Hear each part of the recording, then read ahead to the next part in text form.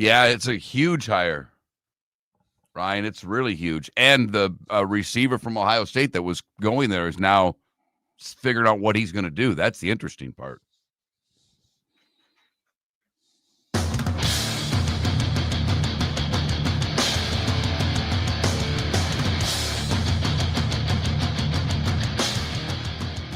You're listening to Miller and Moulton, coming at you from the Floor Meister Studios. Floor Meisters, keeping it real. And now, here's Mark Miller and David Moulton. Top of the morning to you on this first Thursday of December. The big fella shows up 3 weeks from today. How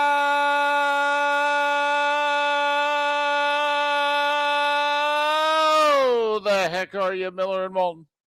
MillerandMoulton.com. Miller_Moulton on X.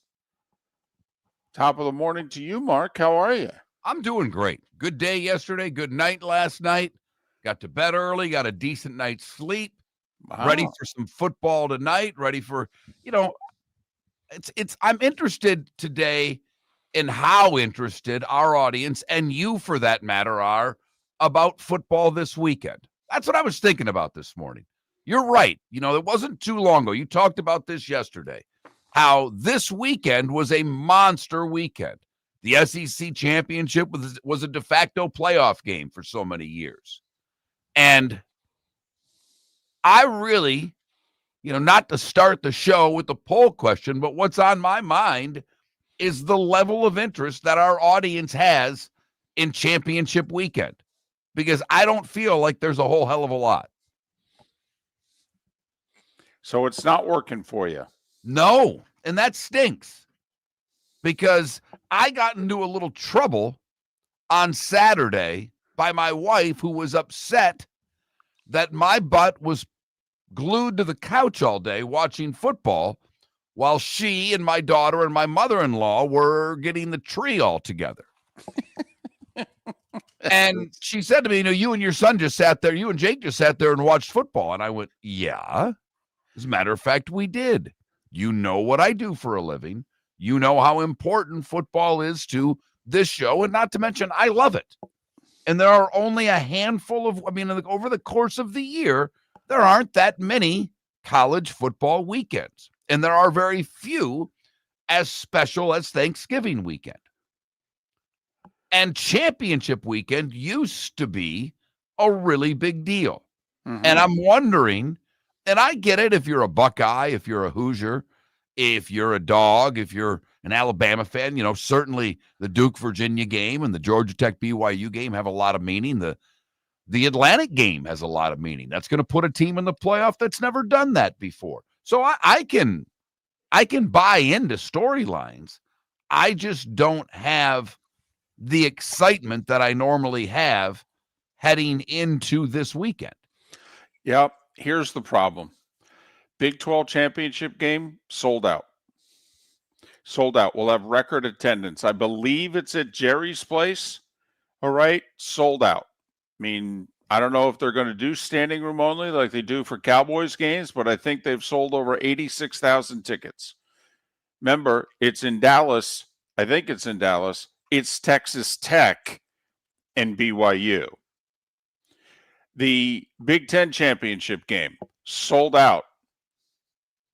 Oh, yeah, it's Ohio State and Indiana, and the game's in Indianapolis. By the way, just quick sidebar, legendary play-by-play voice for Indiana sports. How about his day, Saturday? Indiana's playing, I think, Kentucky. All right, 2 o'clock at what used to be, where the Pacers play. Back in the day, it was right. Market Square Arena, whatever it's called now. 2 o'clock, the Hoosiers are playing there. 8 o'clock, the Hoosiers are playing for the Big Ten title. That's his Saturday. Not bad. He's like 77 years old. He said basically, this is as good as it gets. But Big Ten championship game, sold out. SEC championship game, sold out. It's in Atlanta and Georgia's playing. I get it. Well, yeah, and on top of it, Alabama. So yes, but for those of us who are ready to move on, for those of us who want this weekend to and I have to admit, give me the playoffs this weekend. I'm ready. Okay, and in fact, the more I think about it, I like 12. Okay, but I know we're going to 16. We all know we're going to 16, but I like 12. Give me the 4 games. Let's go this weekend. Give me 4. We can do a Friday night special and a tripleheader Saturday. Let's go. And then, quite frankly, then the following weekend. Okay, and I know my beloved Army Navy. We're going to have to move the sucker to noon. We are. We're going to have another Friday night special. Okay, quarterfinal. And then we're going to have to fit 3 games in on Saturday. NFL cannot, by federal law, the NFL cannot play before the 3rd Saturday of December. Okay, college football, let's go. Early signing day was yesterday. Let's push the sucker to January 3rd. Seriously, just move it a month. Okay, let's get these playoffs in. By the way, the semis, pick 2 of the sites on New Year's Day. Let's go. I don't care. And if one of them's got to be the Rose Bowl every year, fine. I don't care. Give the Rose Bowl a semi every year. Part of me thinks they should get one. By the way, you're right on the other 3 games, but in case you were wondering, you can get tickets right now for $46 for the ACC Championship. Oh, yeah. Well, no, right. Oh, yeah. No. Lost right over that one. What was it? The event at Ford Field? Was it the Michigan State-Maryland game last week where they were like buy 2, get 2 type deal? Okay. I mean, isn't that going to be the ACC Championship game? Hey, buy 1, get 3. Exactly. But I just think it goes to show, the money that is somehow, some way going to have to be provided to get these conferences, the big boys. And like you said, the Americans never had a bigger championship game. The winners going to the playoff. Guaranteed going to the playoff. Although technically, I think, didn't Cincinnati represent the American their last year in the American? Did they make the playoff? Yes. But I mean, in terms of a championship game, because either team is going, there's no doubt. Whichever team wins is going. I don't think they've ever had that before. So, of the however many, and believe it or not, in the Mountain West, there's a lot of interest in the championship game. Because they had a heck of a season. They had like a 5-way tiebreaker to determine who was going to play in the game. I got you, but I'm not feeling it. And it sounds, you sold it really well. I don't know if that was a sales job. If it is, call Moulton for sponsorships because that was impressive. Oh, no, I'm not going to watch a play. Okay. No. I'm not watching. I don't think I'll watch a play of football this Saturday. I'm just saying we talk about the sport is national now, but for the longest time, the sport was regional. The regionals are big, if you know what I mean. I mean, the networks are into it. The places are going to be sold out. There's stuff on the line. I mean, I will say, for those that, I guess there are SEC fans that are not interested in the SEC championship game. I guess there are Alabama and Georgia fans that are not interested in the SEC title game. I mean, I do think if Georgia loses, I think they lose their bye. No, I think they'll host. The only way they don't lose their bye is if Texas Tech also loses. Right. I understand. But Texas Tech is double-digit favorite. Right. So, and Alabama, I think Alabama could be – Alabama, I think you can make the case they win, they get a bye. SEC's totally the best conference. They're the SEC champion. Are they not worthy of a bye? All right. But I could also see where they win and they only move up to a home game. Maybe they're just denied a bye and they only get a home game. And I could see where they lose and now they're a road team. They're the 9 or the 10, and they go on the road. So, I mean, I do think there is, significant stuff at stake in these games here. I can see where an Ohio State fan doesn't feel that there's,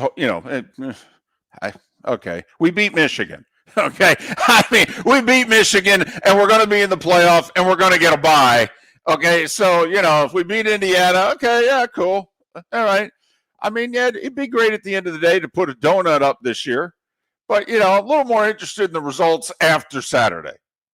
They interest me a lot more than Saturday. Buckeyes are more worried about what recruits they may lose with the coup that happened in Tampa yesterday. Right. Ohio State fan is going, 24/7 Sports has us with the 6th best class. Are we okay with that? Six. When's the last time we were not on one hand when it came to recruiting? What's going on in Columbus? Is Ryan Day slipping? Too much dye in his hair and beard? What is going on? But for those of you that don't know, South Florida, and we talked about their coaching vacancy early this week on the show, well, they got their hire. And what a hire it is. It's a name we didn't even consider on this show because we didn't think he would ever leave Ohio State for South Florida. No. Hey, Michigan State, Penn State, there were a lot of places we thought Ryan Hartline might leave for. But South Florida wasn't on the list. In my opinion, it wasn't close. This isn't a good hire by South Florida. This is a great hire. This might be, again, Lane's in his own category. Leave that one to the side. James Franklin, then Brian Hartline? Or Brian Hartline, then James Franklin? I'm not kidding. He's the one that recruited all those receivers to Columbus. Right. And he called the plays this year, not Chip Kelly. It's all Hartline. Yeah. I mean, it's a tremendous hire. You're right. We thought Hartline was out of South Florida's league. Yes, we did. We thought he was going to go like Kirby and Dan Lanning. He was going to go from coordinator to head coach of a big job. And instead, now I will say he's got family connections on the west coast of Florida. I think the wife's from Southwest Florida and her family's in Southwest Florida. So, the I-75 thing, by the way, signed a 6-year deal. Not a 4, not a 5. Now, I mean, we all think if he has success, he'll leave. But I just found that interesting. He signed a 6. Huh. Yeah, David, I have to be really honest with you. I don't care if it's a 1-year, a 5-year, or a 20-year, because it doesn't really matter anymore. True. They're not obligated to serve the entire term of their contract. Not one of them is. But I just found it interesting. It wasn't the standard. Standard is 4 or 5, and he signed for 6. Made it, to me, an even better day for South Florida. Your roof is your home's first line of defense. At Pelican Roofing of Florida, Ronnie, John, and their team bring years of experience to protect what matters most, your family and your business. From residential repairs to large-scale commercial roofing, we deliver honest work, fair pricing, and quality you can trust. An upgrade on your roof can lower your insurance costs. Don't wait for a leak to turn into a disaster. Call the experts at Pelican Roofing today. 1-866-9-PELICAN. That's 1-866-9-PELICAN. Online at pelicanroofingcompany.com. CCC 1332512. Let's talk the big differences between Floor Meisters and the big box store that sells flooring. Floor Meisters is family owned. They do flooring, not doors, nuts and bolts, or weed killer. They specialize in it. They know it.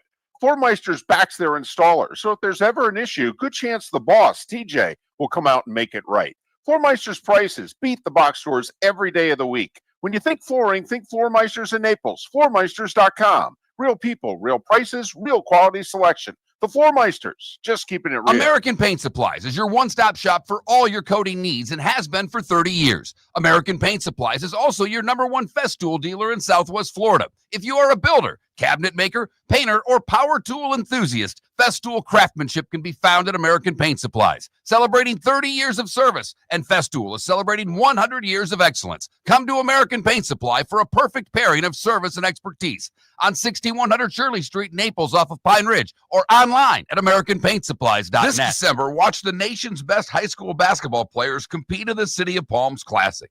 Fort Myers will once again welcome future college and NBA stars as they square off at Suncoast Arena from December 18th through the 23rd. Come see Southwest Florida's own Bishop Verreau versus Barron Collier on Sunday night, December 21st. For tournament information, please visit cityofpalmsclassic.com. Lee County, building a better community through business, sports, and tourism. This is Miller and Moulton.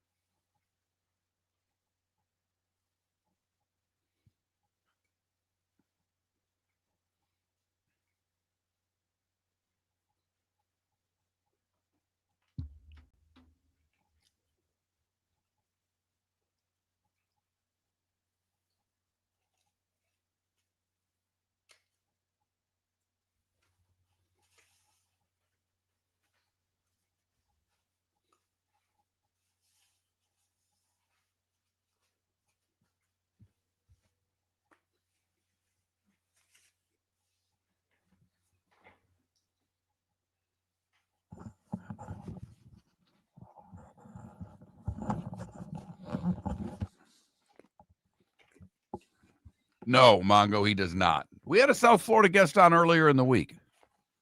Now the only guest we're trying to get from South Florida is the new coach. Yep.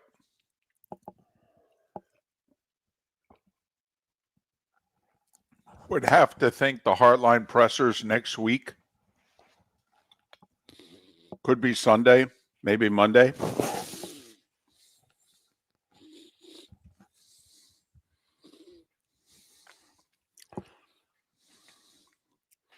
Kevin, I don't think maybe a top 10, maybe a top 15 job, Penn State. I can think of 6 jobs off the top of my head without even thinking hard.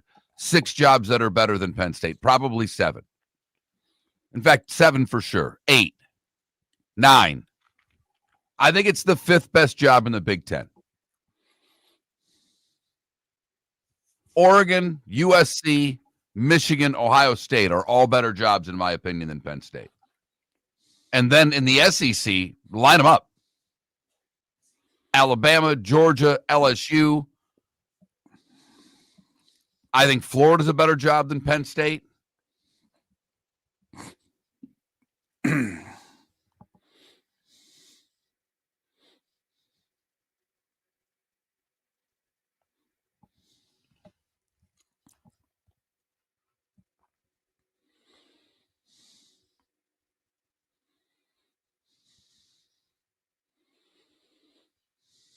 There are 5 games between ranked opponents in college hoop on Saturday. One of them's that Indiana game, I think. Right. That's one. Sparty plays Duke. Illinois plays Tennessee, I think it is. But just at noon, you got Sparty and Duke and Iowa State and Purdue.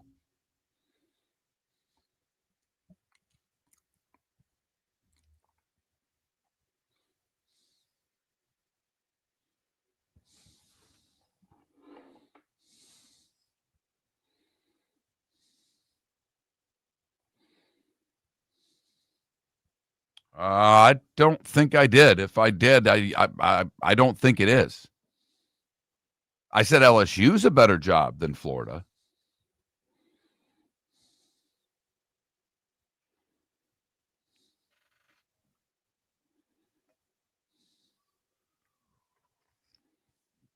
I think they're really close. Jay Gunn, I do think Florida and Penn State are close, but I don't think Penn State's this top 7 job.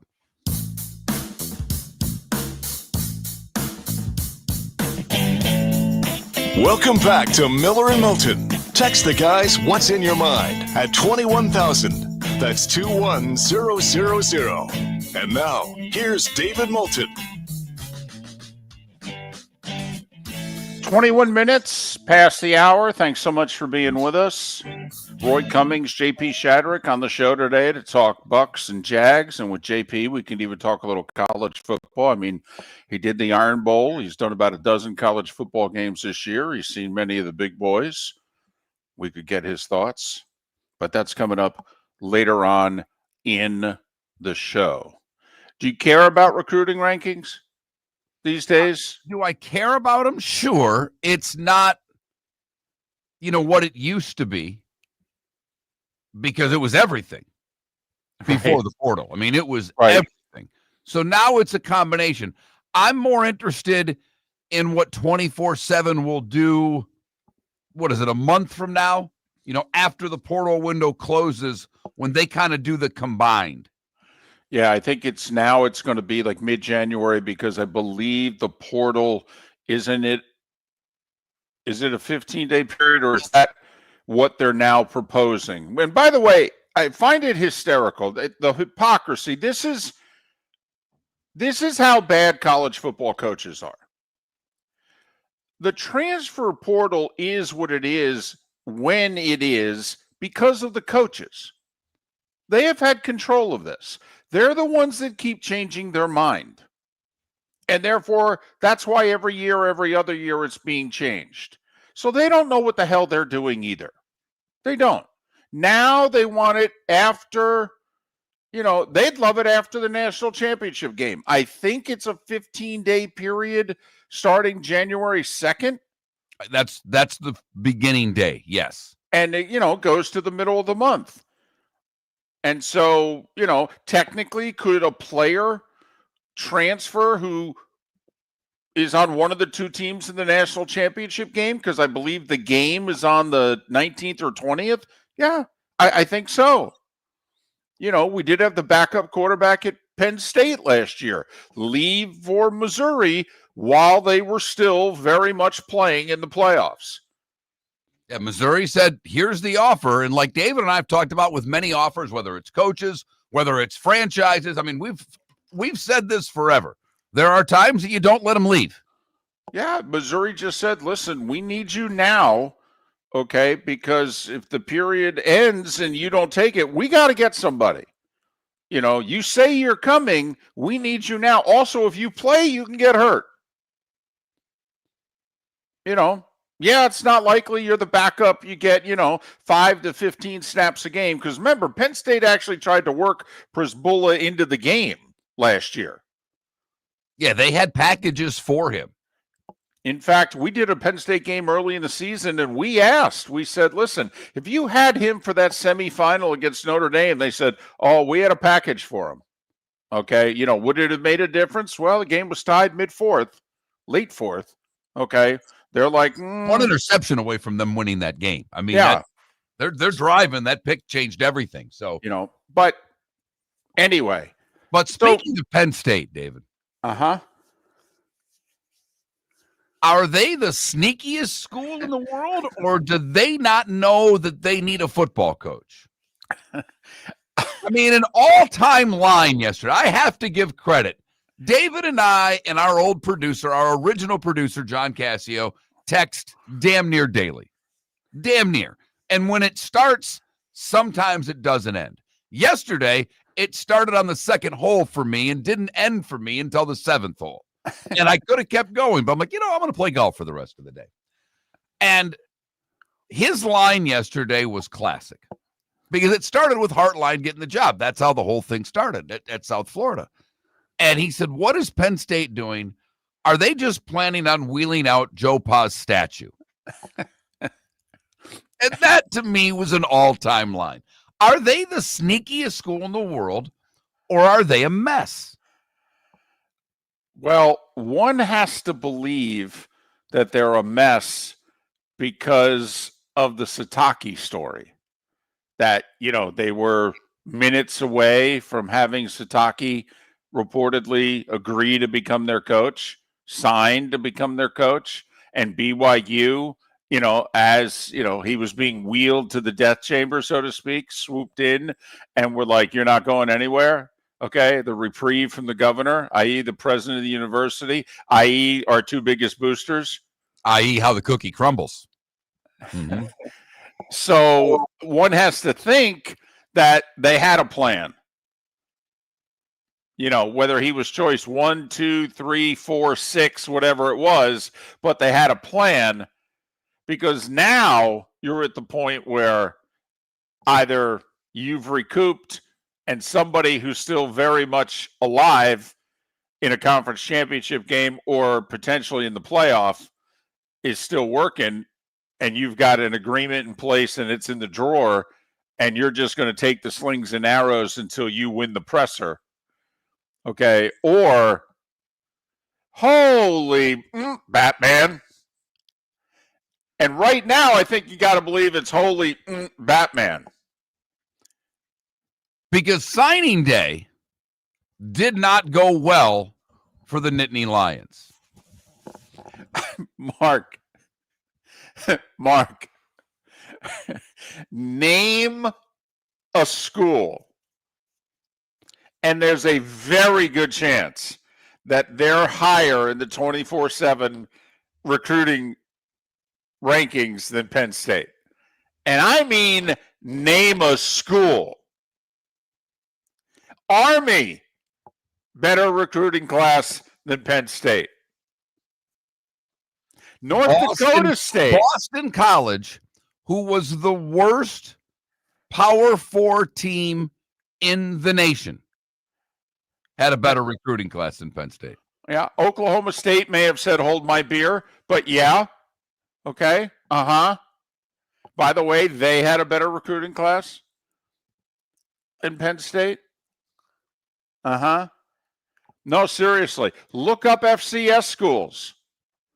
There are quite a few of them ahead of Penn State in the recruiting survey. Oh, yeah. I don't know if there's an FBS school ranked as low as Penn State in the 24/7 sports rankings.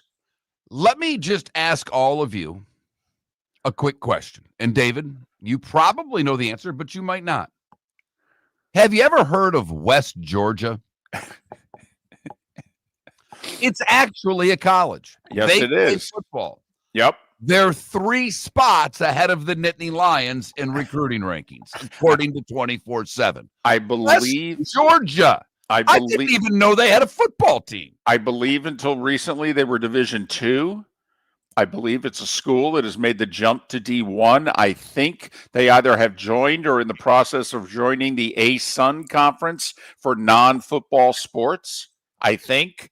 But yes, right now, better recruiting class than Penn State. Now, this is where I don't get into the rankings the way I once did. Because as long as they get a coach between now and the 2nd of January, they can go out and spend as much money as they want to bring in a portal class.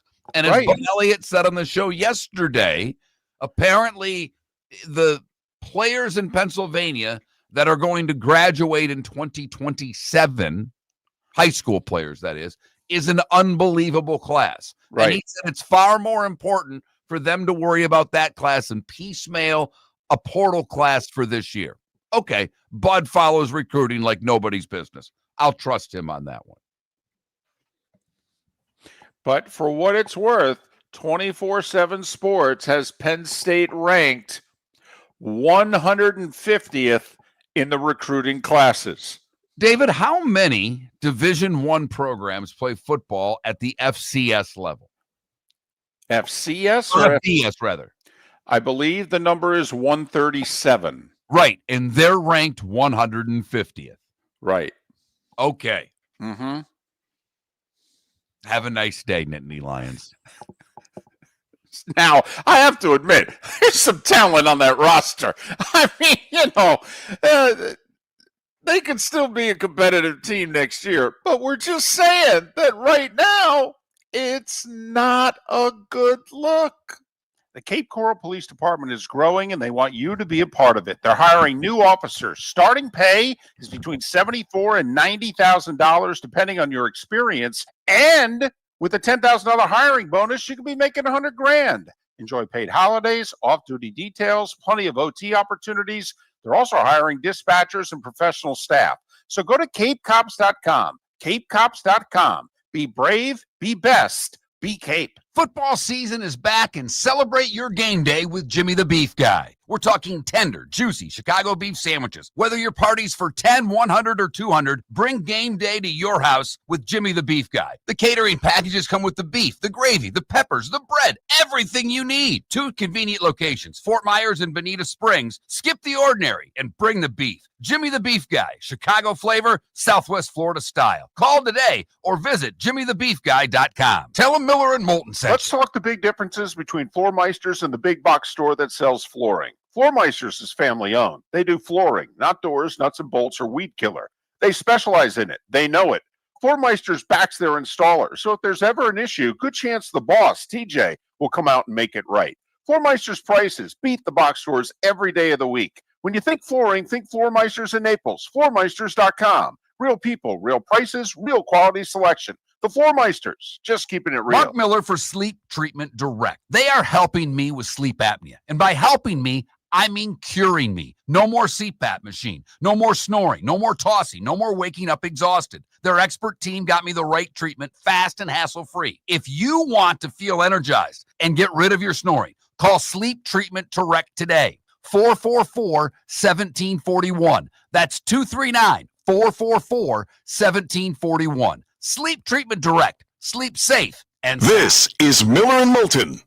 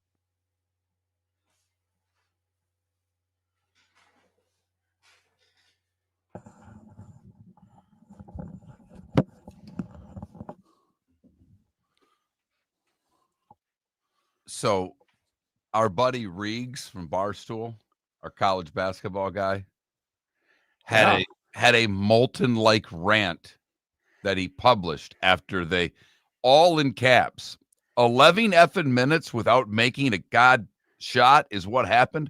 I don't even know how that happens. It's nearly impossible for any team at any level to go 11 minutes without making a shot. And that's right there why this team, Mark Pope, and everyone associated with it aren't just failures. They are complete embarrassments to the program this season. Well, and this season's what, a month old? Right.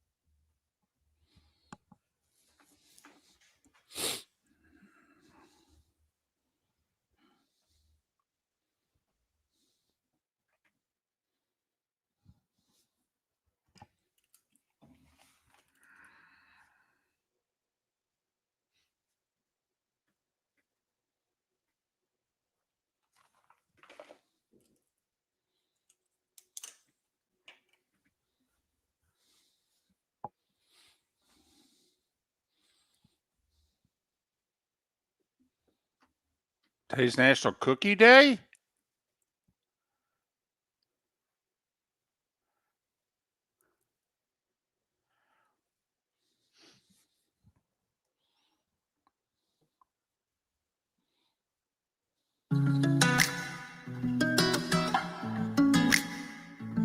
Welcome back to Miller and Moulton. Text the guys what's in your mind at 21,000. That's 21000. And now, here's David Moulton. 22 minutes till the top of the hour. Thanks for waking up with us, Miller and Moulton. MillerandMoulton.com, Miller_Moulton on X. Roy Cummings, a little Tampa Bay Bucs. They snapped their losing skid last week, entering a favorable part of the schedule. Are they going to be healthy enough to take care of business and take control of the division? Or is it going to come down to the showdowns? They still have two of them left with Carolina.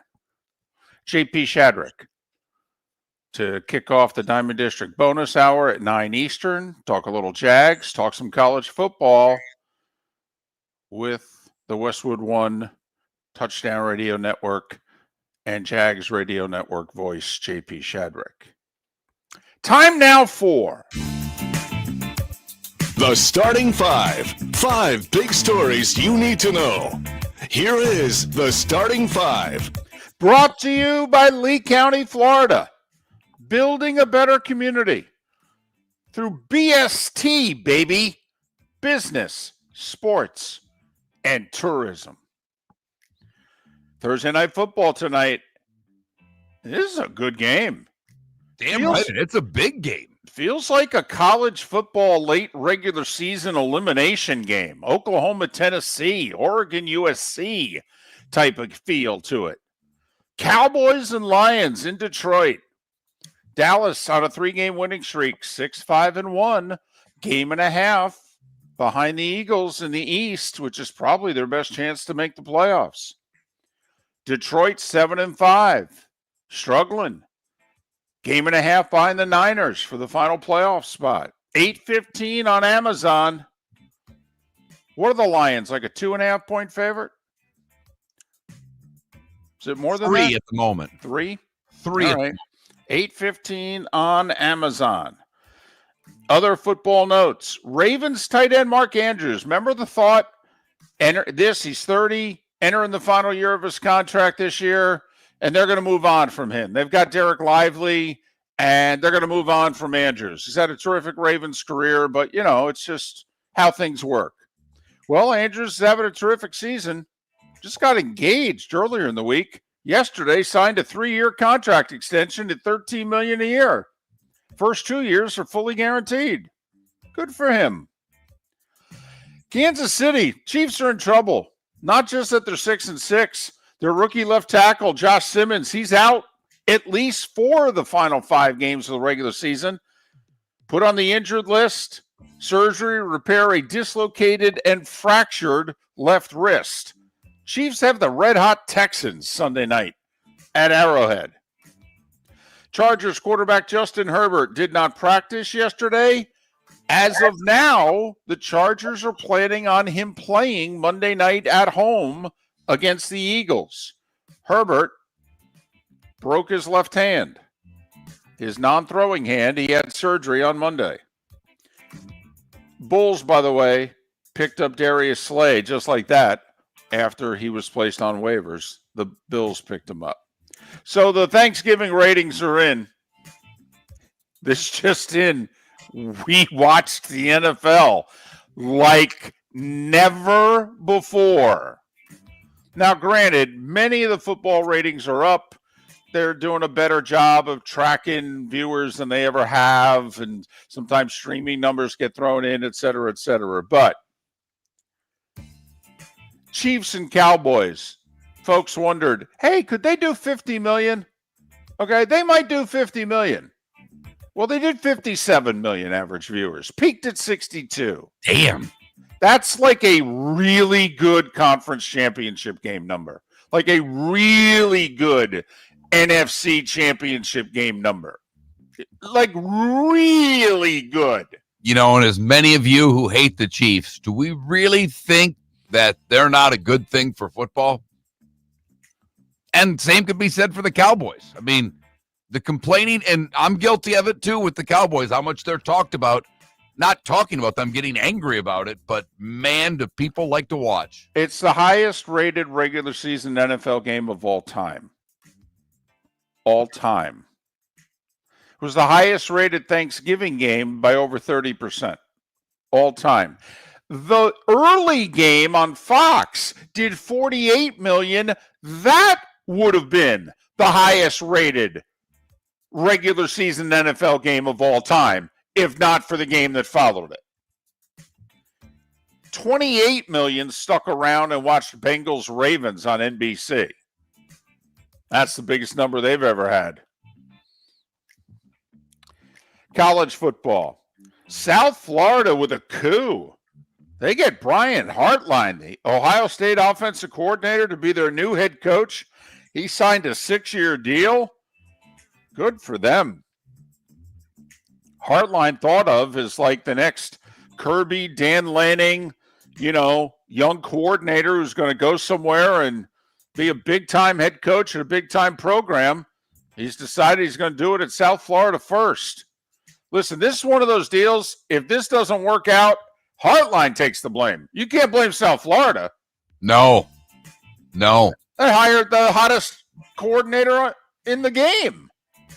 I mean, if he doesn't work out, it's his failure. It ain't theirs. Kirk Ferentz, by the way, says, I know I'm 70. There's been a lot of rumors about me stepping away. But I'm coming back next year. It'll be my 28th year. He has more Big Ten wins than anyone. He passed Woody Hayes this year, having more wins at a single Big Ten school than anyone else. Kirk Ferentz took the Iowa job when Bill Clinton was president. That's continuity. And got multiple raises during every presidency since. Yes, he has. Okay.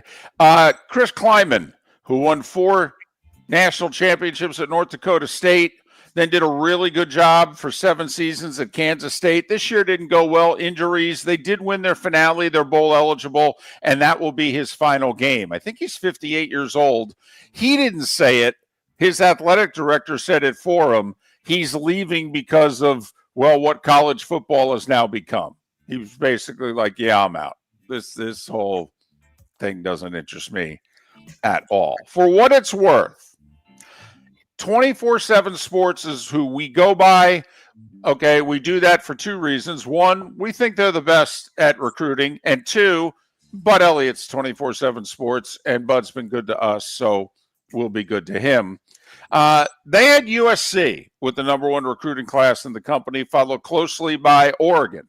Notre Dame 3, Bama 4, Georgia 5, Ohio State 6. Some other teams of note: Miami at 10, Florida State at 14. The Gators at 16. Anybody want to guess who's 17, by the way? I'll give you a hint. It's an ACC school. Florida at 16. 17 came from an ACC school. The third highest ranked ACC recruiting class belongs to Bill Belichick and the Tar Heels, for what it's worth. Alex Golish and Auburn finished 35th. South Florida at 68. UCF at 82. Colorado at 104. Nebraska at 112. And Penn State at 150. Thanks for playing. Hello. College basketball last night. You know, they got this ACC SEC challenge thing. A lot of teams, a lot of games. Arkansas, mild surprise at home. They beat Louisville. Battle of ranked teams, 89-80. 12th ranked Alabama held off Clemson, 90-84. 20th ranked Auburn held off NC State, 83-73. Vandy and SMU both came in at 8-0. Vandy's the 1-9-0. They beat SMU 88-69. 10th ranked BYU and Iowa State both won easily. Mark, did you take a look at our system play from last night? As a matter of fact, I did. It was ranked Indiana on the road, favored against Minnesota. That's our system. Ranked team favored on the road against unranked home dog. We take the unranked home dog every time. No thought involved. We just take them. Last great home field court ice advantage in sports is college basketball. Indiana was a 10.5-point favorite. Minnesota, they lost by 9. Yeah. 73-64. FIU beat FGCU 89-83. In women's hoops, all 9 ranked teams won. Florida State, Miami, and FGCU lost. NBA, Heat lost in Dallas. Mavs playing a little better. Cooper Flagg with 22. They had 7 in double figures. They won 118-108. Yeah, the Mavs are playing a little better because Cooper Flagg's starting to figure out this NBA game. He's scoring. He's doing well. He's becoming the player everybody thought he was going to be. And it doesn't hurt that Anthony Davis also came back from injury. Don't know how long he's going to stay a Mav. All right. But quick NBA question for you. If we got into the NBA, and we don't, who's with their team longer? Davis and Dallas or Giannis with the Bucs? Well, what's interesting about that is Giannis got hurt on a non-contact play. And there is a lot of concern in Milwaukee. Is it just a calf injury or is it worse than that? And we all know what worse than that is. Giannis jumped up, grabbed the ball, made a pass, came down, held the back of his calf, and had to be helped off the court. Played 3 minutes last night in Milwaukee. Bucs beat the Pistons 113-109, but on the day that it was reported that Giannis went to management and said, I want out, and I want to go to the Knicks, Giannis got hurt. Let's pay attention to this injury. Speaking of the Knicks, they beat Charlotte 119-104. Orlando with a big comeback, but it came up short at home against San Antonio 114-112. Clippers, after releasing Chris Paul, a lot of saga and intrigue there. Clippers beat Atlanta in Atlanta 115-92, snapping a 5-game skid. Portland snapped a 3-game skid, won in Cleveland by 12. Something's going on with the Cavs. Something is good. They're a little above 500. They should be a lot better than that. They're losing home games to teams they shouldn't be losing to. Something's going on in Cleveland. Denver got 52 from Jamal Murray, beat the Pacers in Indiana by 15. Houston over Sacramento by 26. Brooklyn went into Chicago and beat the slumping Bulls 113-103. You know, the Bulls started out red hot, and they are now lousy. Yeah. NHL, 5 games. Dallas, Ottinger 30 saves. They shut out New Jersey 3-0. Philly, 4th win in 5 games. They beat Buffalo 5-2. Ovechkin scored 2. He's got 911 in his career. He's got 14 goals on the season. Mark, he's got 10 goals in 14 games. He's going to be 40. Unreal. Washington 7-1 over San Jose. Utah snapped the 4-game skid 7-0 over Anaheim. Montreal in a shootout 3-2 over Winnipeg. Baseball, Colorado hired Josh Burns to be their general manager. He's been all over. Padres, Red Sox, Dodgers. He's got experience, though. He was an assistant GM in Colorado. Reds re-signed their closer, Emilio Pagan, 2 years, $20 million. And the White Sox signed a lefty pitcher, Anthony Kay, from Japan, 2 years, $12 million. So in the last 2 days, we've seen 2 pitchers from Korea and 1 from Japan signed back into MLB. Eldon Campbell passed away suddenly yesterday at the age of 57. Standout at Clemson, long NBA career, the majority of it with the Lakers. And finally, day 3 of the NASCAR trial, Front Row Motorsports owner Bob Jenkins testified the charter system's good, the charter agreement is not. He claims to have lost over $100 million as a NASCAR owner over the last 20 years, and his car won the Daytona 500 4 years ago. And he still lost a boatload of money. 3 days of the trial in the books, they say, the last 2 weeks, although apparently Mark testimony is going slowly, so they think it might extend into a third week. And at 8 minutes before the hour, that was the starting 5. 5 big stories, and I lost $100 million this century here on Miller and Moulton. By the way, just a couple other teams you didn't mention in recruiting, and I'll mention one because we asked Bud Elliott who's doing a lot better than expected. West Virginia, they ended up 25th. Virginia Tech ended up 22nd. And BYU, oh yeah, that school, they don't have any money, right? They're 20th, just for what it's worth. So there you go. Yes, Virginia Tech 22nd. Penn State 150th. What's the connection? What's the correlation? Anybody know? Bueller, Miller and Moulton. Starting 5 brought to you by Lee County. Your roof is your home's first line of defense. At Pelican Roofing of Florida, Ronnie John and their team bring years of experience to protect what matters most, your family and your business. From residential repairs to large-scale commercial roofing, we deliver honest work, fair pricing, and quality you can trust. An upgrade on your roof can lower your insurance costs. Don't wait for a leak to turn into a disaster. Call the experts at Pelican Roofing today. 1-866-9-PELICAN. That's 1-866-9-PELICAN. Online at pelicanroofingcompany.com. CCC 1332512. Let's talk the big differences between Floor Meisters and the big box store that sells flooring. Floor Meisters is family owned. They do flooring, not doors, nuts and bolts, or weed killer. They specialize in it. They know it.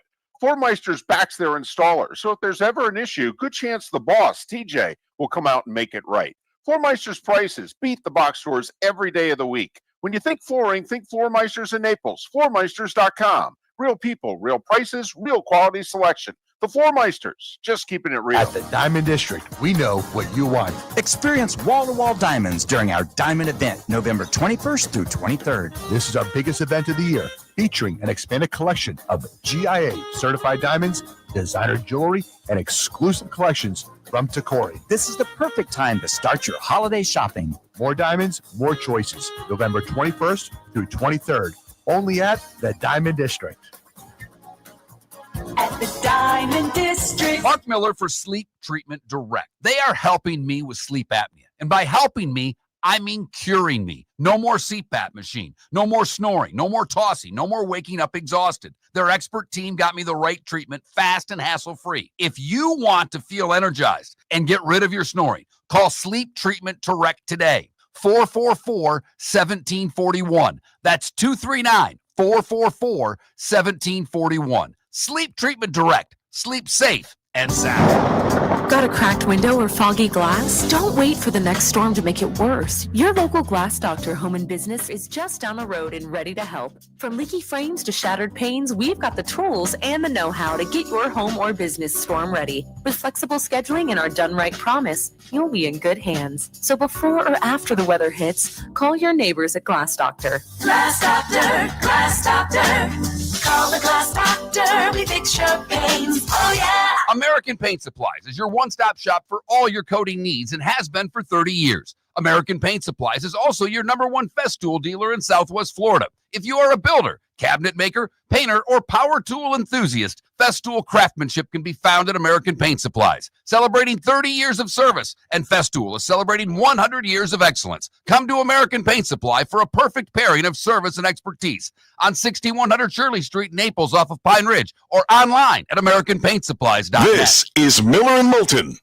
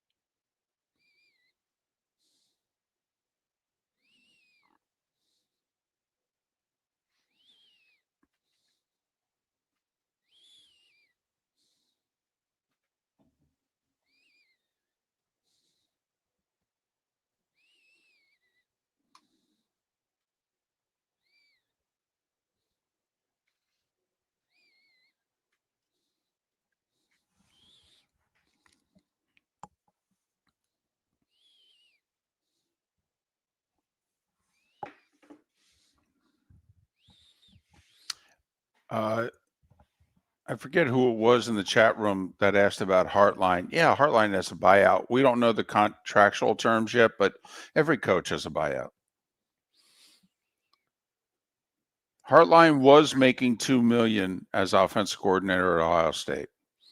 I'm guessing he's making double that in Florida, at South Florida.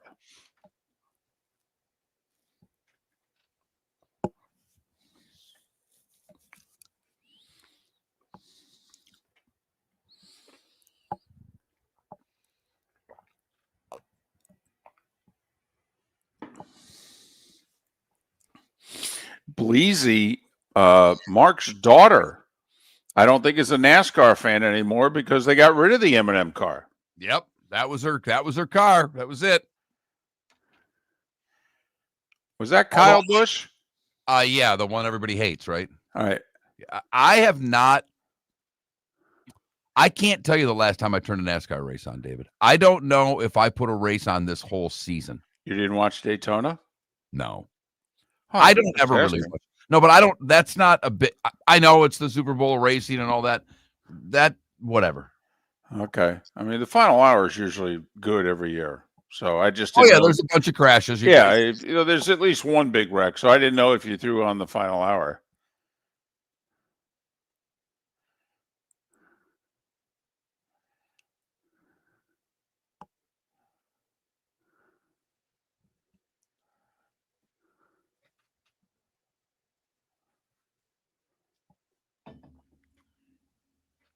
Well, Spitz, I will say this was Hagan's first hire, but yes, if you go and talk about the job he did on the Economic Council, no, listen, I think South Florida's got it going on. Okay. I think they've nailed their last 2 AD hires. Okay. He hired a great basketball coach who died tragically. The guy they replaced him with, people in the industry rave about. Yeah, but they're not winning at the level they were with. No, I mean, no, but this is his first. I mean, he did the interim last year. He's just, taken over. But all right, poll question. I want to just sorry to stop you on South Florida because I don't care. I care about this show. Poll question: do you have any interest in the conference championship question? Yeah, okay. I like it. I just didn't know if apparently today's National Cookie Day. I can do a cookie question. I mean, we can revisit that at 21. We can do a cookie segment. Okay. All right. Go back talking about South Florida. You got 15 seconds. No, I'm good. I'm fine. Dig them up.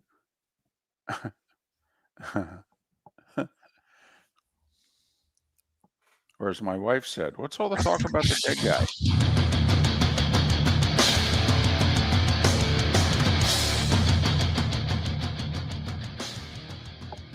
You're listening to Miller and Moulton, coming at you from the Floor Meister Studios. Floor Meisters, keeping it real.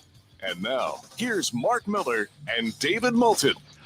Hour 2 of Miller and Moulton on this first Thursday of December, 3 weeks to the day from Christmas. That's right. Got to get something, just so you know. You have to get something. Also, make sure that you come up with one or two things when the family member goes, come on, what do you want? Okay, what can I get you? Don't say nothing. Have a very short list. It can be very short. It can be, you could tell, your wife, I don't know, get me a razor, and then you tell your mom or somebody, something else, but just give them one thing. Get me a razor? It's on my mind because I have to shave. Yes, you do. Yeah. Does your mom still send you text when you're unshaven, giving you a hard time? Yes. Good. Yes. Because I was like you for a while. I had gotten very lazy with shaving, that it was a once a week thing. And don't ask me why, but now it's a daily thing. Now it's part of every morning. Huh. Yeah. That's interesting. If I take a day off, it's Saturday. That would be the only day that I don't shave. And I'm waiting for you, and I know you won't do it because you hate it, but I know you can grow a great beard. You have good hair. That typically means a good beard. Not always, because like we mentioned, our former producer, Casio, bad hair, great beard. Yes. I could see you in the David Letterman, Rick Rubin, like ZZ, not really ZZ Top, because that was just a growth. I mean, a nest down there, if you wanted to. Like that would, I don't think it would take long for you to look like Grizzly Adams. I think you're right. And I hate all those looks. I know, and you would terrify your entire family if you did that. There wouldn't be anybody that would be supportive of that. Your daughter, nah. Your wife, hell no. And your mom might freak out. Oh, my mom, who hates to fly, might get on a plane and show up at my door with like a thing of shaving cream and multiple razors and be like, we're doing this right now. Yes. Right. But I think you, and I know you won't, but I think you could if you wanted to. No, you're right. I could, but I don't want to. But if you can watch on Twitch right now or our YouTube channel, I've got a Santa Claus thing working. First off, it's gone white. It has gone white. There's like a hint of pepper in the mustache portion, but no. It's gone white. And it's filling in quickly. I hate to tell you, but that hint of pepper is white pepper. It may be. It may be, but there's a hint. That was only for me. That was mean. That's a hint of pepper. Okay. Always was a big fan of salt and pepper. I figured you were. Yeah. I figured you were. I actually, a little bit of that came on when I was listening to whatever the old rap channel is on Sirius. And that's when my daughter just looks at me like I've got three heads. And she's like, would you please turn that off? Mark, me and Peppa and Fiddy. Exactly. Right. And Lil Wayne. Lil. Got to go back. You got to go back a long way on this show for that joke. But that was inside baseball for you. Chris Rose was our guest, and he said, what did you say? And I go, well, I was trying to. He go, did you throw some T's in there? You are the whitest man I've ever talked to. Combine that with the bro hugs at the Super Bowl. Oh, my goodness. Have one David Moulton. Man, oh, man. All right.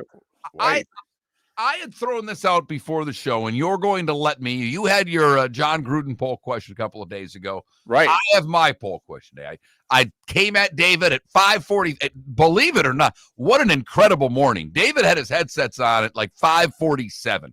We talked for eight and a half minutes before the show. I'm talking serious show prep around here. A staggering amount of pre-show producing that went on, a month's worth of producing that went on this morning on Miller and Moulton. So my question is, and I'll get it typed up and put out on X here in a moment, is what is your level of excitement for this weekend? Conference championship weekend. David raved about all the tickets being sold and finished it by saying, I'm not watching a play. Not a play. No, I haven't had this Saturday off in 20 years. Wife and I are going to go on a date. Okay, we've made plans. It's going to be glorious. Of course, I'm flying to LA 7 a.m. Sunday, but that's okay. Okay, it's Saturday night, baby. Hoo-ah! So, to me, it's, can't wait watching all of it. I'll watch the big games, or not interested, or I'll watch my conference, or I'm not interested. Okay. Because I think that there are people, we have Detroit Paula, who's been in the chat room forever. She is a diehard Michigan Wolverine, all things Michigan fan. I'm guessing she's watching Ohio State and Indiana. I'm guessing. Yeah. And I'm guessing like, she's rooting for Indiana. Right. I'm guessing like Adam, who's a big Gator fan, who takes in the show every day on Twitch. I'm guessing he's watching the SEC championship. How many of you at noon are going to be watching the Big 12 championship? That's the game I might be the most interested in. Well, I think it's the game that's going to influence the playoff the most. All right. First off, you asked if my mom still sends me text messages if I don't shave. 7:05 a.m. You look homeless. You're living in your car. Okay. I love her. It's just, yeah, I'm an only child, remember. I really am the person that she loves more than anyone else on earth. I love her, and I'm still scared of you. I'm not scared of my mom one bit. I'm scared of your mom, and your mom's tiny. She is. I mean, when you look Right. at a little behind the scenes here. My wife loves to get the Christmas cards out right away. We got the whole Oh my goodness. We did it over Thanksgiving weekend. We don't do it until Thanksgiving's over. So Friday, Saturday, Sunday, all decorations. House looks spectacular. All my wife. I did nothing. I did the outside. But the cards are done. We've bought the cards. The cards are in, but my wife has not sent them out. I'm guessing it's happening today. She has today off. But all of a sudden, on Saturday, we get the mail. And I'll be damned, the first Christmas card came. And that pisses my wife off because she likes to be first. I did not know this was a competition, but apparently for her it is. And I don't know if we looked at who the card, because usually you can tell by where it was sent or if they've got a return address label on there or whatever. But we opened it and it was the Moulton family. And it's a nice card. You got both great grandmas in there with both your mom and her mom and your daughter and the son-in-law and the kid. It's a wonderful picture. It really is. And my wife was a little bent. Can't believe I got beat by her. Just what can I tell you? Okay, husband's been traveling a lot, home alone. All She's right, on her game. That wife of yours is on her game, David. Sent the cards out before Thanksgiving. Remember, to my wife, it's been Christmas now for 4 weeks. She starts right after Halloween, skips over Thanksgiving. So, yes, I think we're everybody's first Christmas card this year. We got the second one yesterday. My wife's best friend growing up who now lives in England. So we got a card from across the pond before she sent her cards out. Oh, my goodness. If these cards aren't done when I get home from the show, I will be shocked. I was going to say, might start the bottle of wine early today.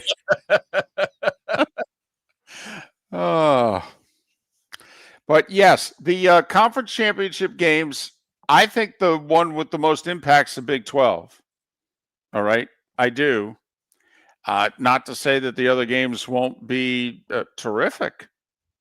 I mean, and I don't expect anybody to mail anything in either. I think the players are all in. I do. Still, for now, we'll see how long this lasts. But I'm also prepared, and I said this earlier in the show, I'm okay if we turn this weekend into weekend one of the playoffs. And I think it would be in the best interest of the sport. You know, I took a lot of heat yesterday for saying how I really don't want to move the regular season up. I'm not ready for it, you know, the weekend of August 20th through 24th, you know, week 0 as it is now. I'm not ready for college football that early. You know, we could do it where the first weekend is the 29th or 30th or 31st, or, you know, like this year, Labor Day is as late as it can be. So there will be the weekend that is, you know, the 5th and the 6th. Okay. You know, and I'm okay if Labor Day weekend's week 2 in that instance. And we, you know, start in late August, and then week 2 is Labor Day weekend. That we get 2 full weekends of college football in before an NFL game kicks off. I'm totally fine with that. That's what I think it should be. In fact, that should be the college football calendar.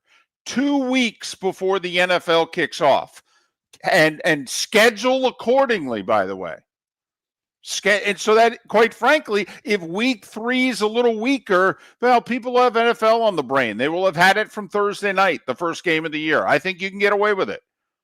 To me, unfortunately, what they do, Mark, they load up on week 1, and week 2 is a soft week. It's a dud. Right. And there's no reason for this is why, you know, the Texas-Ohio State game and what Sarkisian is saying is important, because he's telling us, I could have played UTEP, I'd be in. I played Ohio State and lost, and I'm out, and they're out. Yeah, oh, definitely out. Absolutely. Now, should have beaten Florida. You could have fixed it all right there. You'd have been fine. Right.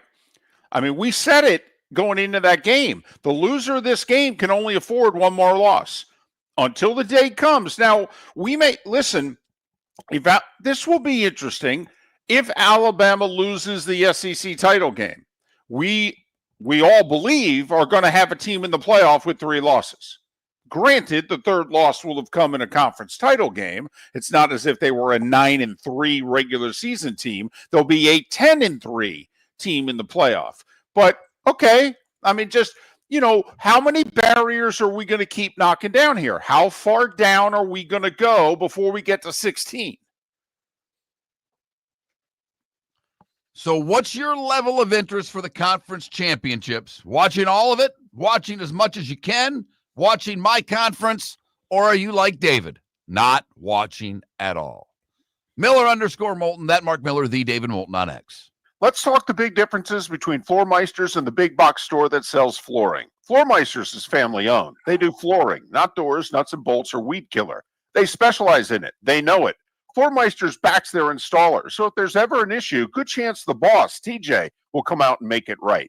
Floor Meisters prices beat the box stores every day of the week. When you think flooring, think Floor Meisters in Naples. FloorMeisters.com. Real people, real prices, real quality selection. The Floor Meisters, just keeping it real. American Paint Supplies, celebrating 30 years in Naples, is proud to be the exclusive Farrow & Ball dealer in Southwest Florida. The best thing to come from the UK since the Beatles, Farrow & Ball has the colors and paints at American Paint Supplies. See why all the designers and painters choose Farrow & Ball. For 30 years, American Paint Supplies provides the perfect pairing of service and expertise. On 6100 Shirley Street in Naples off of Pine Ridge, or online at AmericanPaintSupplies.net. American Paint Supplies is your one-stop shop for all your coating needs. The Cape Coral Police Department is growing, and they want you to be a part of it. They're hiring new officers. Starting pay is between $74,000 and $90,000, depending on your experience. And with a $10,000 hiring bonus, you could be making $100,000. Enjoy paid holidays, off-duty details, plenty of OT opportunities. They're also hiring dispatchers and professional staff. So go to CapeCops.com. CapeCops.com. Be brave, be best, Be Cape. Your roof is your home's first line of defense. At Pelican Roofing of Florida, Ronnie, John, and their team bring years of experience to protect what matters most, your family and your business. From residential repairs to large-scale commercial roofing, we deliver honest work, fair pricing, and quality you can trust. An upgrade on your roof can lower your insurance costs. Don't wait for a leak to turn into a disaster. Call the experts at Pelican Roofing today. 1-866-9-PELICAN. That's 1-866-9-PELICAN. Online at PelicanRoofingCompany.com. CCC 13325. This is Miller and Moulton.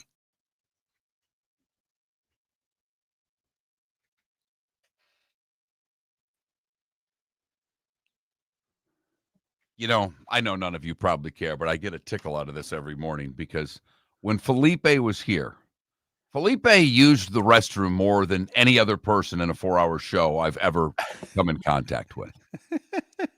And when it happened, it was an emergency. And we'd go to break, and he'd call me in. All right, when it ends, you got to press this button right here. Like I didn't know how to do it. And every time I throw it from the network to the affiliate break and hit that, I think of Felipe and just like, why was this? Why did you think this was the hardest thing in the world? It's pressing a GD button, for crying out loud.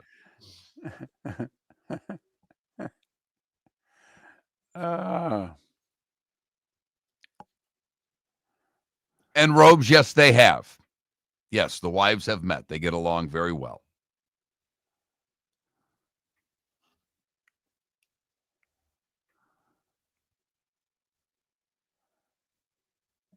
I have to admit, it's really difficult to not get along with the wives. The husbands are a totally different story, but the wives are two really nice people. I mean, too nice, to be honest. They need an edge to them. They need to, but being married to who they're married to, that is producing an edge. Okay, they think we're a ball of clay. Well, they're a ball of clay too. Okay, we're shaping an edge, at least one. It's very true. My wife calls it the Jersey influence. She'll go, I went all Jersey today. I'll be like, really? Good for you. Exactly. Yeah, my wife rarely swears, and I forgot. She didn't even really swear it. I think she called someone a dink in the car, and my daughter went, Mom.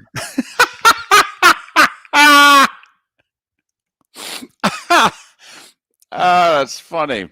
Where I'll let a 6-7 word expletive tirade go off, and my daughter goes, doesn't say a word. Right. I'm like, I'm sorry. I'm used to it, Daddy. Mom, you said dink. Right. I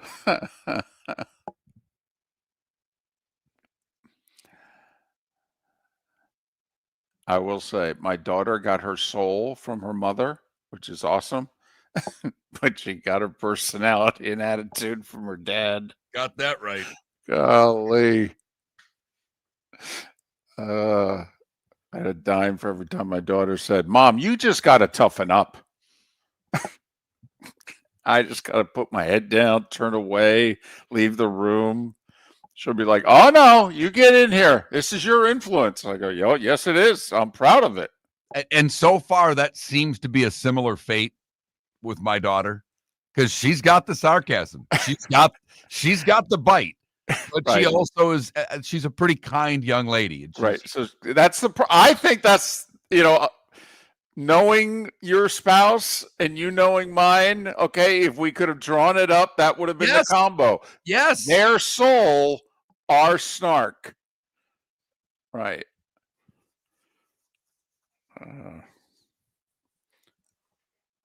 Unfortunately, my daughter got my head size. That I feel very guilty about.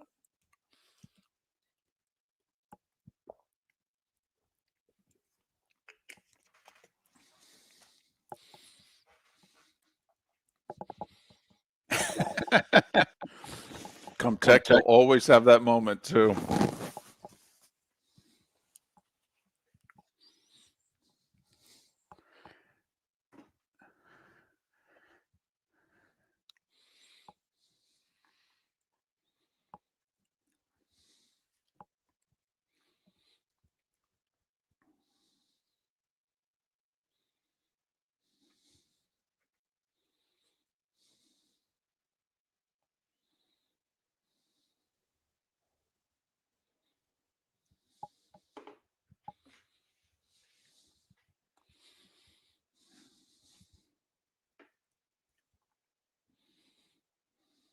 You're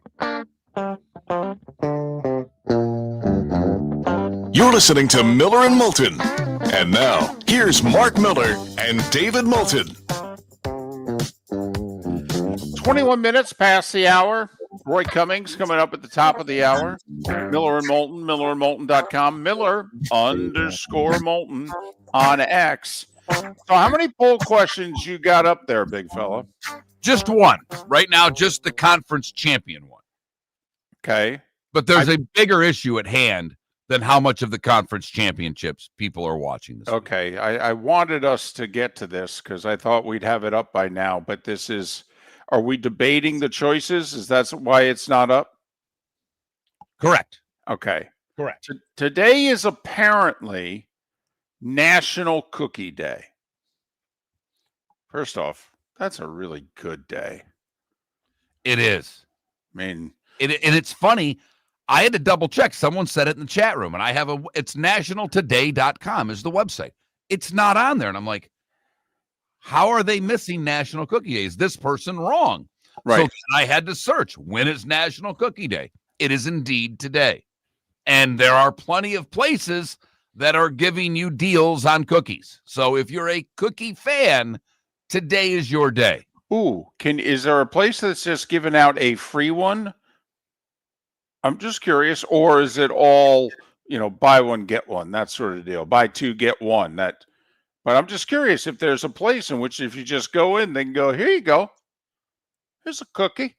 I think it's what you're talking about. Like Crumble, the BYU guy who just ponied up for the coach. If you buy 6th, you get a 7th for free. Come on, that dude, you could be a little more generous than that. I mean, that's, buy 2, get one free. Buy 3, get one free. Come on, dude. Buy 6, I should get 2 for free. Come on. So because I think this is one of those poll questions that can you really put chocolate chip on there and expect it to lose? It would just take all the oxygen out of the room is what you're saying? I don't know. I mean, because, people are already in the chat room listing their favorite cookies. And, like my daughter, I don't know how she's my kid. She doesn't like chocolate. Like my wife and I can't seem to understand it. She doesn't like mac and cheese and doesn't like chocolate. And we're like, you're really our child. But she loves a sugar cookie. I mean, loves. I wear Walmart out for the frosted sugar cookies because they have them for all seasons and all colors. And my daughter loves them.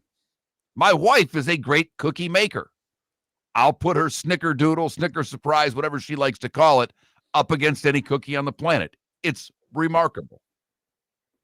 So you're basically saying that if we put chocolate chip up there, it's like asking a French fries question and having McDonald's be one of the choices.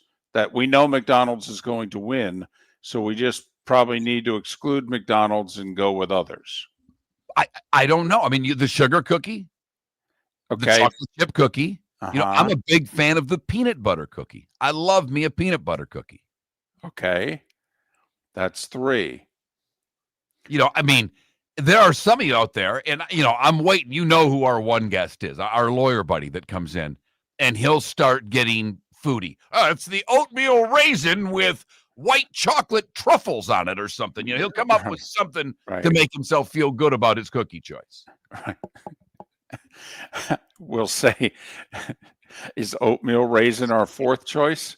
Or are we going to just say in the question, we know chocolate chip cookie will win or would win, comma. But I could go sugar, peanut butter, and chocolate chip and call it a day. There's a lot of other cookies out there. Right. Oatmeal raisin? Is it worthy of making the survey? I think that's a god-awful cookie. Okay. And maybe I'm on an island there. But, I mean, I'm not joking. Like, when we used to go to the Ritz for the shootout presser. Right. Now the, what are they, the Franklin Templeton? Is that what it is? Well, no, it was the Templeton. Now it's Grant Thornton, right? Yeah, the Graham Thornton. Yeah. So, I'm sorry. I love those guys. Don't want to get your title sponsor wrong. Truly, I don't. I'm not messing with you. But we would always, back when we were just on in this market, and even when we started the syndication, we would go down for the presser. And when Greg Norman was a part of it, we always got to sit down with Greg, a one-on-one. If I could just stop, there was 1 year where we're sitting there, and I mean, we are gorging on these huge, thick cookies. I mean, the cookie at the Ritz, and I'm not joking, it's got to be 6 inches in diameter. It's the biggest damn cookie I've ever seen. I know you got the cookies that you bring for the birthday cookie that are like the cookie cake or whatever. No, but I'm just talking about as an individual cookie. I don't know if I've ever seen a bigger cookie than at the Ritz-Carlton. Wasn't it every bit as big as what you would put your coffee on, the coffee saucer? I thought I think it was bigger than it was bigger than a coaster. I do too. It was basically a bread and butter plate, if you will. When I know you don't eat at many restaurants that have silverware, David, but on the road I do, Mark. On the road. That's because someone else is picking up the tab. Fair enough. But it's your bread and butter plate. I mean, they were big. So I'm eating this double chocolate chip cookie and taking embarrassingly large bites, and Norman walks in and he, makes a comment, to the effect of, well, we know why you're here. And we said, Greg, we would come down just for the cookie. At this point, okay, you're the entree. You're next, but we're coming for the cookie. Okay, you're a bonus. And even more so, because after we would interview Greg, he would then we got him before the press conference. It's always the way it worked out. He was terrific to us. There's a lot of people that don't like him. Miller and Moulton are not on that list because he has been great. I mean, great to us over the years. Uh-huh. Like if I saw him publicly, I would walk up and say, hey, Greg, Mark Miller from Fort Myers, Florida. I remember you. I mean, we had good conversations with the guy, but he would finish our interview and then he would go do the press conference. Well, we had no need to go in the press conference. We just spent 30 minutes with the guy, at least. And that was, the interview might be 10. We would sit and talk with him about a lot of different things. And then the doors would shut and the food was all out in the lobby. Right. And David and I would pile drive cookies for 5 minutes before we left. Unbelievable. I mean, empty the damn tray. I'm surprised David never took a few with him. Oh, no, I did. Oh, no, I definitely did. Are you kidding? For me, it was a 35-minute ride home. Are you kidding? Oh, my goodness. Yes. So we love cookies. And if anybody's a baker at the Ritz-Carlton, we love your cookies. Your cookies are amazing. Wow. But so, yeah, listen, it's your call. I don't know first off, I'm not a raisin guy. Okay? I'm not either. I like an oatmeal cookie. I like an oatmeal cookie. I usually eat around the raisins, okay, and just leave them on the plate. But I don't know if it should make the survey or not. I think we go sugar, peanut butter, chocolate chip, and just see how the cookie crumbles. Look at you. See what I did there? I did. By the way, is the Oreo a cookie? It is, and someone just texted the show on the Pelican Roofing of Florida text line, 21,000, by the way. If you've never texted the show, the keyword's Miller. He said Oreo cookies are the worst. I would argue with that. I can't help myself. When my daughter gets Oreos, there's a chance that they disappear without her eating all of them. Right. Yes. I let everybody know you should take what you want now, because as soon as you put them down, I will eat the rest. But I was thinking more along the lines of cookies that mom made, if you will. Something that's actually baked in an oven. And I know you can get store-bought chocolate chip and store-bought everything now. I get it. But I'm just saying, when I'm thinking of a cookie, I'm thinking of something that I not only can eat after it's sitting for a while, that there's a good chance I'm going to get that cookie warm. That the wife's going to make cookies. I'm going to go, ooh, chocolate chip. Let me get one of those. Side question. Do you want to ask whether or not you dunk your cookie? I'm not a dunker. I was never a dunker either. Okay. Never a dunker. I don't mind. I'll still drink a glass of milk with cookies, but they're a separate entity to me. I just didn't know. Didn't know if it was worthy or not. It is National Cookie Day, Miller and Moulton. American Paint Supplies, celebrating 30 years in Naples, is proud to be the exclusive Farrow and Ball dealer in Southwest Florida. The best thing to come from the UK since the Beatles, Farrow and Ball has the colors and paints at American Paint Supplies. See why all the designers and painters choose Farrow and Ball. For 30 years, American Paint Supplies provides the perfect pairing of service and expertise on 6100 Shirley Street in Naples off of Pine Ridge or online at AmericanPaintSupplies.net. American Paint Supplies is your one-stop shop for all your coating needs. When Glass Doctor replaces your windshield, we don't just send you on your way, we send you off protected. Your local Glass Doctor includes the industry's only 12-month windshield protection plan at no extra cost. That means unlimited chip repairs and even a one-time replacement if needed. High-quality service backed by real peace of mind, right here in your neighborhood. Glass Doctor, Glass Doctor. Call the Glass Doctor. We fix your pains. Oh, yeah. Exclusions apply. See your local Glass Doctor for The details. 2025 Industry Appreciation Awards in Fort Myers have wrapped up, but the celebration of business excellence continues, hosted by the Lee County Economic Development Office, Horizon Council, and Horizon Foundation. This annual event honors the innovators, job creators, and community builders driving the region forward. Visit industryappreciationawards.com to see this year's winners and learn how local businesses are shaping a stronger, more resilient economy for Lee County, building a better community through business, sports, and tourism. Let's talk the big differences between Floor Meisters and the big box store that sells flooring. Floor Meisters is family owned. They do flooring, not doors, nuts and bolts, or weed killer. They specialize in it. They know it. Floor Meisters backs their installer, so if there's ever an issue, good chance the boss, TJ, will come out and make it right. Floor Meisters prices beat the box stores every day of the week. When you think flooring, think Floor Meisters in Naples. Floormeisters.com. Real people, real prices, real quality selection. The Floor Meisters, just keeping it real. This is Miller and Moulton.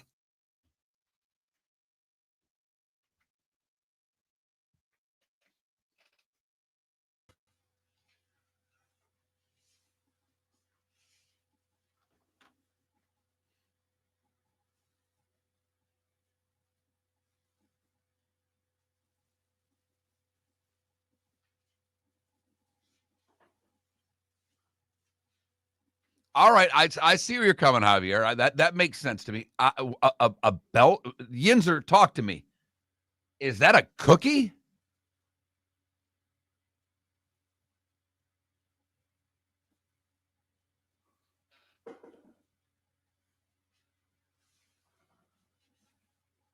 Wow.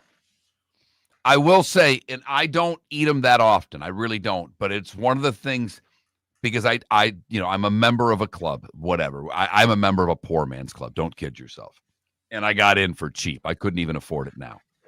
But the country club cookie after lunch is one of the great things on the planet.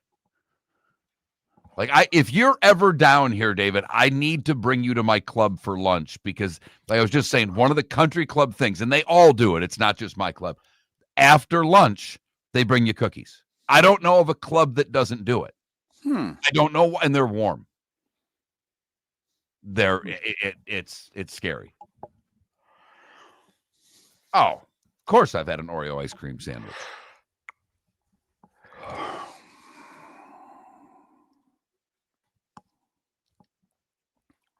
You know, it's thin mint for me, fam. It's thin mint for me.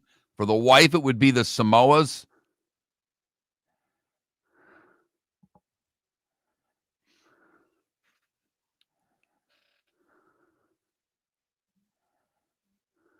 I got to ask my wife if she knows about this cookie that you speak of.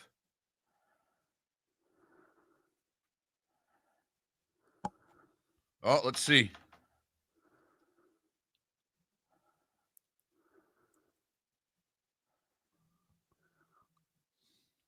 Never had this scam text before. This is a good scam. Florida Bureau of Motor Vehicles final notice. According to our records, the traffic violation associated with your account remains unresolved. Payment has not been received. In accordance with Florida Code Title 9 and all this stuff, blah, blah, blah, blah, blah, blah, blah, blah. Yeah, I'm going to get all over clicking that link.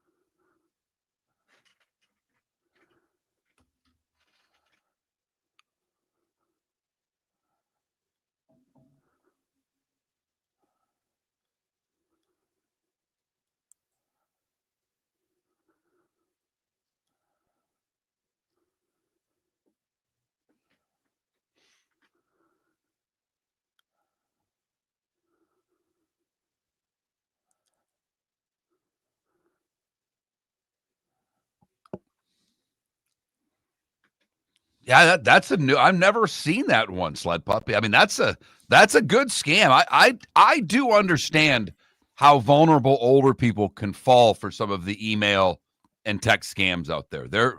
I get it.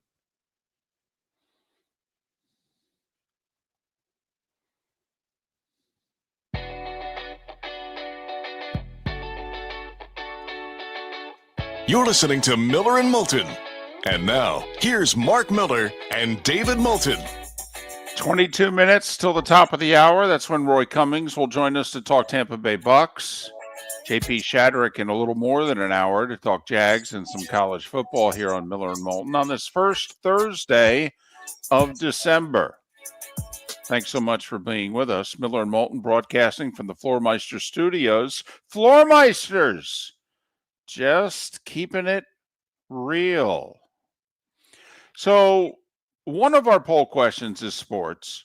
One is non-sports. So we know that many of you will, vote for the non-sports question and not vote for the sports question. That's how it goes. It's like sports content or free t-shirts. Oh, I take the free t-shirt. So we're curious. It's championship weekend in college football. Just trying to gauge your level of interest. We know what it used to be just a year, 2 or 3 ago, but what is it now? Because I'm ready to move on. I am. I'm ready to make this first weekend of the playoffs. I'm ready to move off these conference championship games. And then I'm ready for next weekend to be national quarterfinal weekend. We'll move Army-Navy up to noon. They're not going to like it. Don't know what to tell you. Just don't know what to tell you. We'll move it to noon. I'll promise you we won't put a game against it. That's the best I can do. But we got to get these games in. I'm not going to comment about that game because David usually gets angry at me when I do. Very, very. So I've learned nearly 20 years together, there are certain times, even though this is a talk show, that I need to keep my mouth shut. And when Army-Navy comes up, I've learned it's best to just keep my mouth shut. Yep. It's just, game. It's a little piece of Americana. I will say I'd like to go. You have changed me a lot on it. My son did go 1 year, and he was young. One of his mom's friends was playing for Army, so they went to see him, and good for him that he got to go see that game. I think it would mean more to me if I actually went to one. I think so. I mean, I think it's tough to go and to not feel a lot of pride. Okay, I think it stirs something within you that, maybe hasn't been stirred in a while. I will say, and I would like to go to the game. I think I would rather go to an Army home game in the fall, though. Oh, there's no doubt. That's become a bucket list item for me. Every other year when they host Air Force, they usually do so in early to mid-October. The campus is gorgeous. All right. And if you could ever get tickets, spend a couple days, spend Friday doing the tour, if you will. Tour West Point. Obviously, the historic, sentiment is everywhere. And it's a beautiful time of year in that part of the country. And then, stay for the game and do what you got to do. And you can fly out of any of the New York airports, within an hour and a half. Yeah, so, that's one. And the other obscure place, I want to see a game in the fall at App State because that stadium is beautiful. Oh, wow. How about those aerials, huh? Yeah. Man, oh, man. This isn't being talked about a lot. I don't know if you've looked. Have you seen the spread on Ohio State, Indiana? That's funny because I looked at spreads at some of the games and I didn't even look at it. My guess is Buckeyes 8. How about 4? Ooh, really? Yes. I'll lay the 4 right now. Okay. I can tell you that's part of my picks for this weekend. I'm picking every one of these games and a few pro games. I'm on a roll. Okay, I'm you are. The championship on the show tomorrow. Don't kid yourself. You are. For what it's worth, okay, according to DraftKings, the game opened at 5.5. And I know most of you don't bet, and some of you are turned off by betting conversation. I bring this up not about the betting. It really isn't. I bring it up because, first off, your gut reaction, and we've talked gambling for 20 plus years, okay? We follow lines. You and I are usually pretty good at knowing what an opening line would be. I thought the opening line of the game would be 6.5. You thought it would be 8. It opened at 5.5 and has been bet down to 4. And what I'm seeing, because I just looked up the line history, it went from 5.5 to 6.5 quickly, and then has just dropped all the way to where it is now. And I don't know many national people who are talking about Indiana in a serious way to win the game.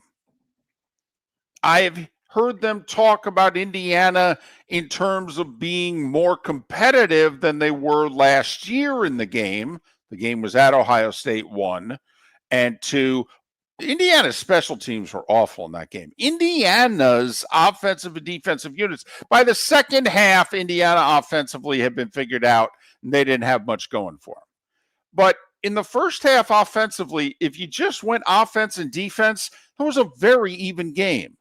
Then there was a botched punt by Indiana, and then early in the second half, there was a punt return for a touchdown. And boom, that's it. The game exploded, and at that point, Indiana was shot. But this year, I mean, a lot of national people, forget, what I think I've seen on the Big Ten road this year, but a lot of national people, Mark, are talking about, well, Indiana will be more competitive in the game this year. But do you know anybody who's picking Indiana to win? No, I'm not. And in a 4-point spread game, who doesn't pick the underdog to win? Georgia, Alabama's 2.5. Okay, people are split as to who's going to win this game. Ohio State, Indiana's 4. Nobody's picking Indiana. And there are a couple things about this game that do fascinate me. One is this Patricia defense. I think it's unbelievable. Most everybody thinks it's unbelievable. They are historically good with what they're doing. But as many of you have pointed out, who's Ohio State played this year?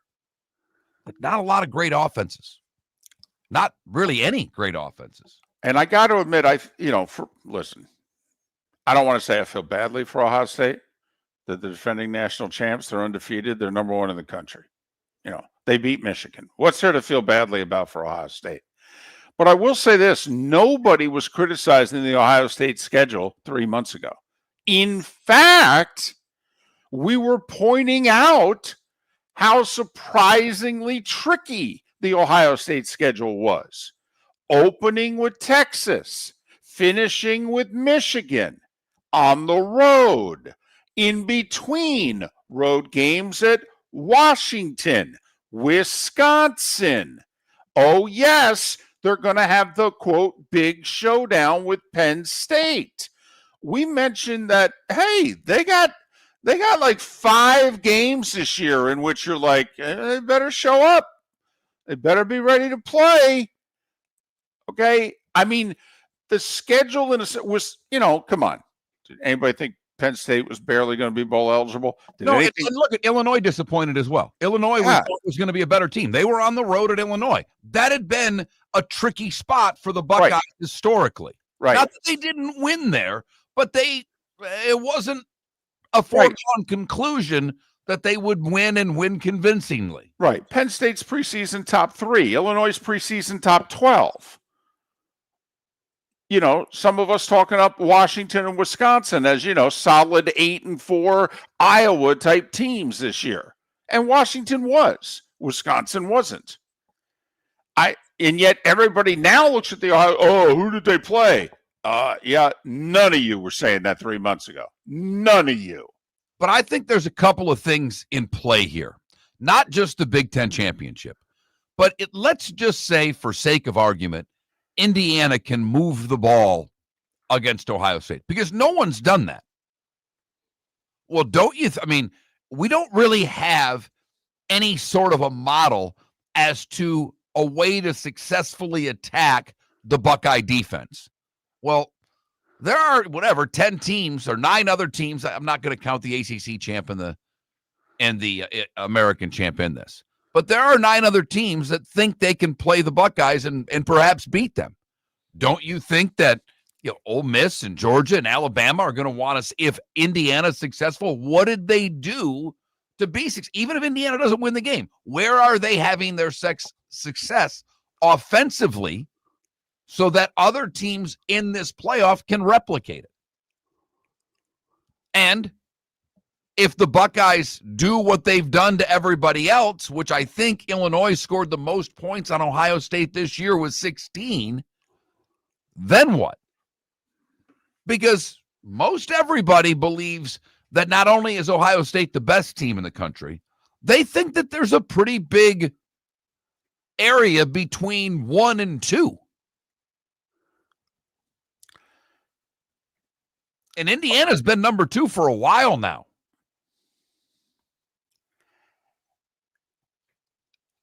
Ohio State has allowed 6 sacks this year.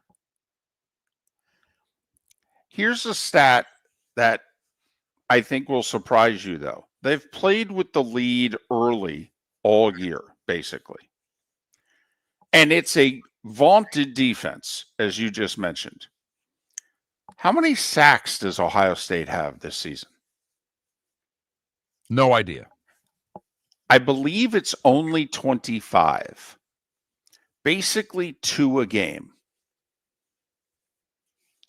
Don't you find that a little unusual? You would think that it would be significantly higher than that. Double than that, in fact. Well, yeah. Okay. I mean, when teams don't rush over. I mean, this is the wild set. I mean, so teams average 81 yards rushing against the Buckeyes. They only average 100 passing against the Buckeyes. Right. You would think with that number that there's a lot of sacks involved. Correct. One should lead to the other, and it doesn't. So there's intrigue to me here. Like, Indiana got 6 sacks against Oregon when they played them. Oregon in most of the rest of the year didn't allow 6 sacks. And this Oregon team, sorry, David, but this Oregon team, what Lanning's done the past couple of years has changed the way people think about Oregon. They're now really good at the line of scrimmage. That was always their Achilles heel, being tough enough. He's built this team the way SEC teams are built. So for Indiana to get 6 sacks against Oregon, that's impressive. Oh, yeah, by the way, it was in Eugene. Ohio State doesn't have, although they showed up against Michigan, but there have been large stretches of this year where Ohio State did not run the ball as well as even they wanted to run the ball. Well, how are they going to do running the ball against Indiana? I mean, Oregon got stuffed trying to run the ball by Indiana. Stuffed. Indiana's allowed less rushing yards per game than the Buckeyes. It's only by a couple, but Indiana defensively, that's the big difference. Signetti went out and got some dudes on the defensive side of the ball this year. Yes, they are much better up front. Their linebacking core, by the way, they're starting their top 3 linebackers as good as any linebackers in the country. And I know exactly what I just said. Okay, Ohio State, Bama, Georgia, whatever. Indiana's top 3 linebackers are elite. Elite. I'm fascinated by this game. I don't know if I'll see a play, but I am fascinated by the game. By the way, little sidebar in case you're just joining us. David has a big date day planned with his wife. Yeah. I know his wife. If this date day night lasts much past 9 o'clock, I'll be in shock. Ooh, that'd be pretty late. Pretty late? Woman goes to bed at 8 o'clock most nights. I think you're watching it at least the second half, maybe most of the second quarter. Well, that's true. She could be asleep for the second half. That's possible. Right. I'm just saying. Just saying. Yeah. Yeah. Your scouting report there is, pretty accurate. I mean, there is a long drive. I mean, we're actually, Mark, I'm actually driving to something. Wow. Look at you. You No. go. This is a date night, right? Reservations and everything. Yeah. I'm impressed. Well, I'm I impressed. didn't make the plans. Okay. Oh, Yeah. I'm even more impressed. My wife was like, "You're off Saturday." I go, "Yeah, first time in 20 years." She's like, "Yeah, I'll take it from here." Huh, okay. Good for her. Yeah. Maybe you should get her a cookie today. I will. And she'll go, "What's this for?" And I'll just, say, "Oh, because I love you and you're beautiful." "Oh, thanks. Actually, it's National Cookie Day here." And we have not one but two cookie poll questions. Are you a dunker? Yes or no? And what is your favorite cookie? Chocolate chip, sugar, or peanut butter? And then, of course, our question about conference championship weekend. And early voting is, this is a college football weekend. We're watching college football, and we're watching as much of it as we can. Roy Cummings to talk the Bucs. That's next. Miller and Moulton. Thanks for listening. This December, watch the nation's best high school basketball players compete in the City of Palms Classic. Fort Myers will once again welcome future college and NBA stars as they square off at Suncoast Arena from December 18th through the 23rd. Come see Southwest Florida's own Bishop Verreau versus Barron Collier on Sunday night, December 21st.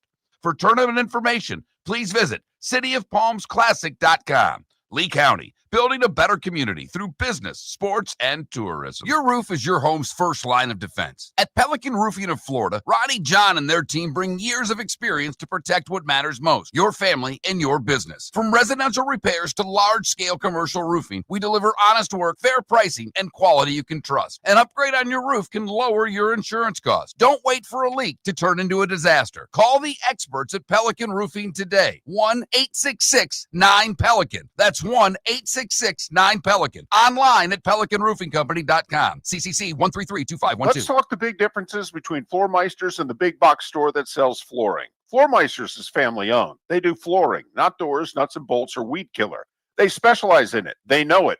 Floor Meisters backs their installer, so if there's ever an issue, good chance the boss, TJ, will come out and make it right.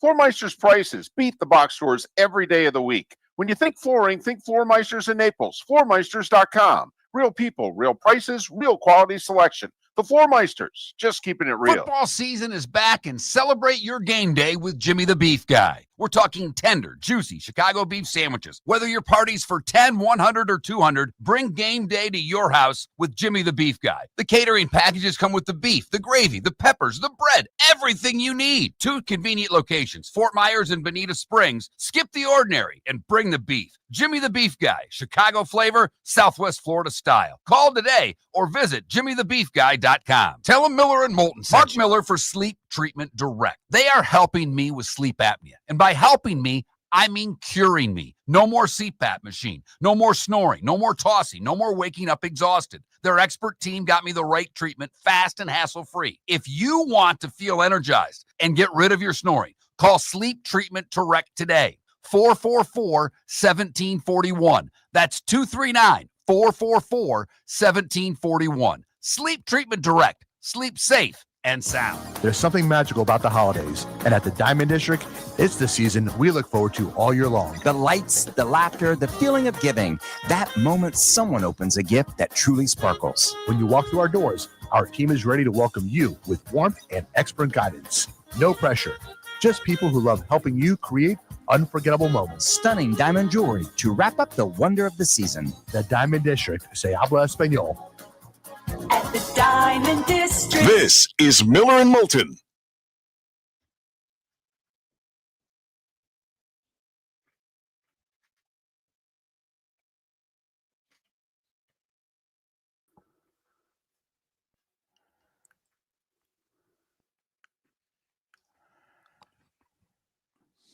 By the way, not only a good system play, but a good call on FIU last night, David.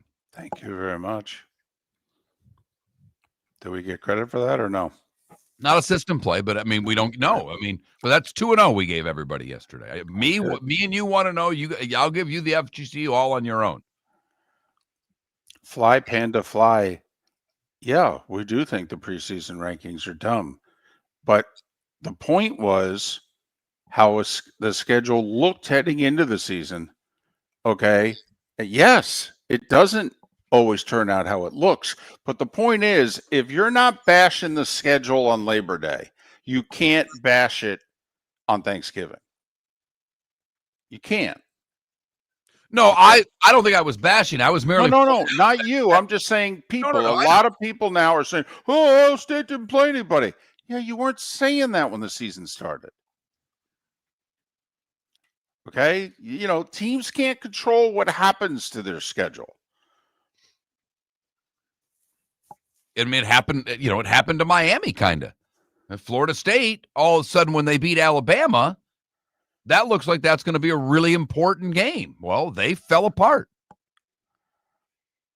And I know it's still an important game in the series, but looking, if Florida State would have hung a 9-3 up, where would they be ranked right now?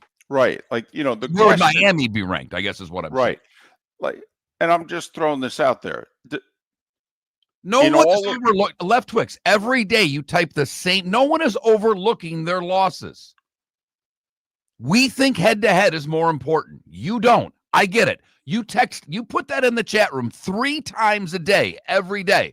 I read everything that's said in there. I get it. You think their losses are really important. I think their win over Notre Dame is more important than their losses. I'll die on a hill with that. Why are we playing the effing games? Also, Left Twix, those are not bad losses. Okay. Louisville's a solid team.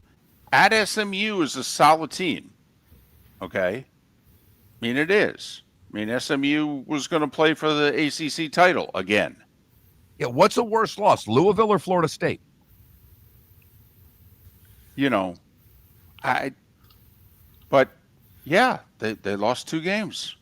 Yeah, and it cost them. Hi, Roy. Hey, guys. How are you? Doing? Good. I got no reaction out of my co-host, but I go down TikTok holes, Roy, and I know you watch. I was thinking of Leland, but I'm on TikTok the other day, and what comes up but the bottom of the 9th, Braves, Pirates from 92. Okay. And I'm like, and I watched the whole damn inning. I mean, it's obviously been a long time since the game, and I'm laughing because Draybeck hit pitch 130 before he got pulled. Wow. Yeah. 4 pitch walk to Sid Bream, and they pull him. And I'm like, 130. Yeah. Well, I'll tell you. Seems like those days are gone. Oh, they are. Although, the World Series, we saw. I was going to say. And we saw a guy who started Game 6 come in and pitch in relief in Game 7. Yes. So. It can be done. It can be done.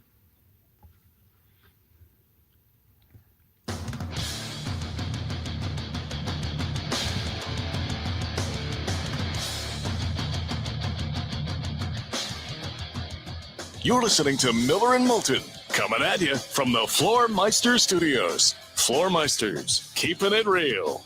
And now, here's Mark Miller and David Moulton.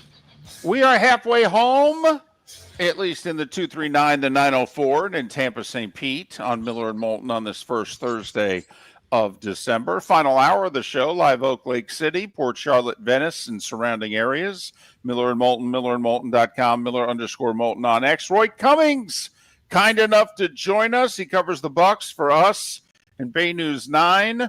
Follow Roy on X at @RCummingsFHCN, @RCummingsFHCN. Thanksgiving go well? Oh, yes. Still eating the leftovers. Wow. There you go. Wow. Nice. Good for you. We ran out yesterday, I think. Well, we're down to the scraps, but there's still one meal in there for somebody. Good. Well, sounds like that somebody may be you. More than likely. All right. Hey, it was a win on the schedule, and they got it. They weren't great. Got outgained by over 100 yards. But we did have a Chris Godwin and a Bucky Irving sighting, and that has to be encouraging. Yeah, that was probably the best thing to come out of that game is that Chris Godwin looked like Chris Godwin. I was concerned that, we might never see that form of him again. And, from the reports we got about the 2 injuries and how related they are and things like that. So really happy to see him looking good, and Bucky Irving look, like Bucky Irving. He's just a different type. I mean, I think Rachaad White and Sean Tucker have done a great job filling in. But boy, oh boy, he's just a different kind. So that was really helpful to see in terms, encouragement down the line here. But overall, still just, man, it just doesn't. This team does not look like everything's connecting right. Just look kind of mediocre to me, really. There's no doubt. I'm curious, and yeah, Bucky Irving is a different type, but Tucker was really good for a couple of games. Oh yeah.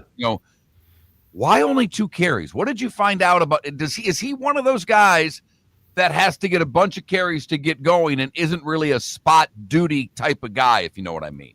Well, that could be. I haven't heard that from anyone, but that doesn't mean it's not the case. I think more than likely, the whole idea was, all right, let's start with Rachaad White. He's our number 2. We'll bring in Bucky, second or third series, see how he does, and if he looks good, lean on him a little bit. And I think they felt like they were good. He was good enough that they could lean on him, and it was working. This was one of those games where you're not going to try anything too crazy, despite the fact they threw a touchdown pass to Tristan Wirfs. But, this is one of those games where don't mess it up. This is a win waiting to happen. Don't mess it up. Go with what's working for you today and leave it at that. And, I mean, you saw it even in Baker Mayfield. Actually sliding and kind of chuckling at the fact that he slid instead of going, head first into 3 defenders when he tried to run the ball. So I think this was a game where they just felt, look, this is a win waiting to happen. Don't screw it up. Just stick with what's working. They weren't going to be too chancy here. And I think that meant that when Bucky Irving was running the ball well, feed him. Why not? He's your top guy. All right. Have they officially started the 21-day window on Mike Evans? I've heard he's practicing. Is he practicing? If so, the 21 days has to have started, right? So that means we're going to see him at some point this month, correct? Yeah, limited on the injury report yesterday. Limited participation, which could mean almost anything. It could mean that he went through the walkthrough early on. It doesn't mean a lot. My guess is that he doesn't come back this week, just given the injury. It's a broken collarbone. Now, we don't know if it was, how to what degree it was broken. Could have been, splinter fractures or something like that. But at the end of the day, I think he's probably at least another week away.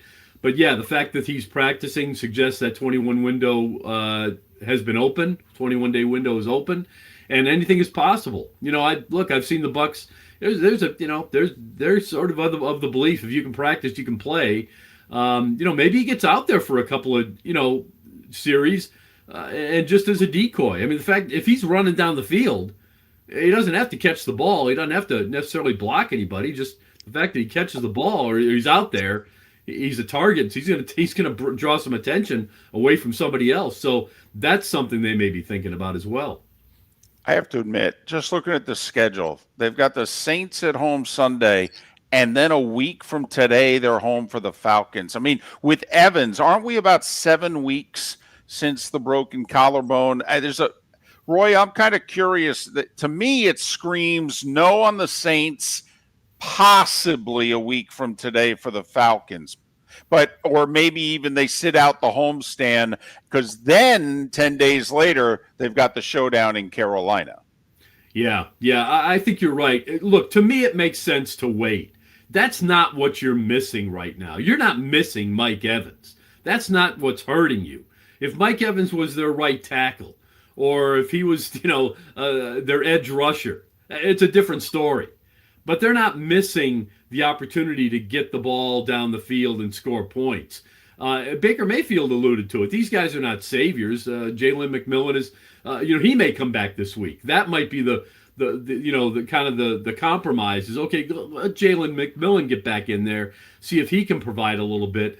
and see if that helps. But again, I don't know that they necessarily need Mike Evans right now and to win this game or even next week's game. Maybe next week, but they don't need him to win this one. They shouldn't.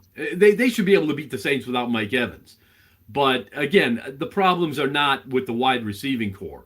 I mean, if Igbuka starts, catching all the passes that are thrown to him the way he was early on, they'll be much better. In fact, if he'd have caught 2 or 3 passes that he dropped last week, I think the Bucs win kind of going away against Arizona, but that didn't happen. Those things do happen. And look, you can't really get into talking about the whys and the what fors, but the one thing that the Bucs had not done a lot of and need to do more of with the way they play defense is create turnovers.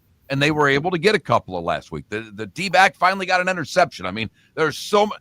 You talk about Ibuka's drops. We can go through the whole season of the number of interceptions that have been dropped by Tampa Bay defensive backs. Yeah. They got one. And to me, that's everything in Bulls defense. If you're going to blitz all the time, you're going to want to create turnovers from that, and they created a couple last week. There's a little bit of a bend but don't break kind of aspect to this defense because they can't get to the quarterback. They do kind of have to wait for teams, to make a mistake. Sometimes that happens 80 yards downfield, as it did on Sunday. So yeah, just at the moment where you think the dam is about to burst, here they come and with a big play and they get the sack or they somehow get the takeaway. So that's good. Yeah, really important.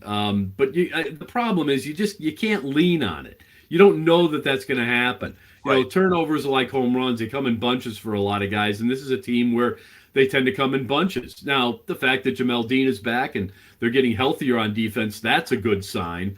Would really like to see something out of that defensive front. Hassan Reddick is yet to pay off in any way for that contract. But, who knows? Maybe it comes. But you're right. They have taken the ball away.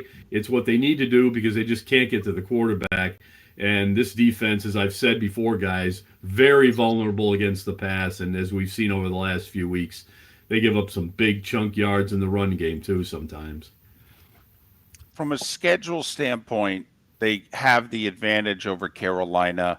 Also, right now, they have the tiebreak advantage because Carolina lost that home game to the Saints. So, if the Bucs split with Carolina, they should win all tiebreakers in the division. But, Roy, I think you hit on the point that has Miller and Moulton, and I think a lot of Bucs fans having changed their tune from 2 months ago and 4 months ago. They can't get a pass rush without blitzing. And, I mean, how are you going to beat the really good teams in this league if you have to blitz on every pass rush situation? That's a tough way to go. It really is. Just imagine if for however it works out, if they make the playoffs. Let's say that first, because it's certainly not a guarantee. But if they get to the playoffs, and let's just say for whatever reason their first round game is against Dallas, or the Lions. Okay, tonight might determine that. What do you really think a zero blitz is going to work against those two quarterbacks? Either one of them? No, you're going to get burned by that. And that's really the only thing they've got. They've got zero blitz, and there's not much else. Because if they don't bring, 6 guys, it's usually not enough because not even 5 can get there. It's a real problem, and they know it. And again, it's part of it is a byproduct of the fact that they've been so successful for the last 5-6 years, and they're not drafting it at a premium spot. So. But still, it's got to happen. Somehow it's got to happen. And they've got to figure out a way to, force teams into 3rd and long and then shut them down on 3rd and long and get off the field. And it just hasn't happened. But you're right. A pass rush would be just great if they could somehow get it. An early Christmas present. They certainly need it. Well, and I think where we started has nothing to do with the defense, but it certainly would help the defense. The return of Bucky Irving. I mean, when you look, because their schedule. I mean, look, I don't know. Carolina, they're good. They're not great. I could see them losing to Carolina twice. I could see them beating Carolina twice. But I can look at this. Even if they split, they should win 4 of their last 5. They should win the division. They should host a playoff game, and they might be. You look at what the Bears have left and what the Eagles have left. Hell, they could luck into a 2 seed. They really could. Yeah. But to me, Roy, the defense is going to be helped by Bucky Irving running the football. Yeah, another reason why they need to run. I mean, it's a simple equation. Just limit the amount of time your defense is on the field if you can. But the teams are going to realize that too, and they'll work now to shut down the run game because they know that Baker's hurt. They know that they're going to lean on the run game a little bit more. So again, this is where you really have to get creative, and that's why, to me, it was good to see the pass to Tristan Wirfs. It shows that, okay, we're into another chapter in the playbook, and I think they're going to need to do that. This is a time when you start bringing out, a completely different look offensively, and you're going to need to do that to keep teams, at bay. Now, the good news is they haven't faced Carolina. Everything they'll see is pretty much new. But again, you mentioned Carolina, and I know we're 2 weeks down the road, 3 weeks down the road, but Carolina's just opportunistic.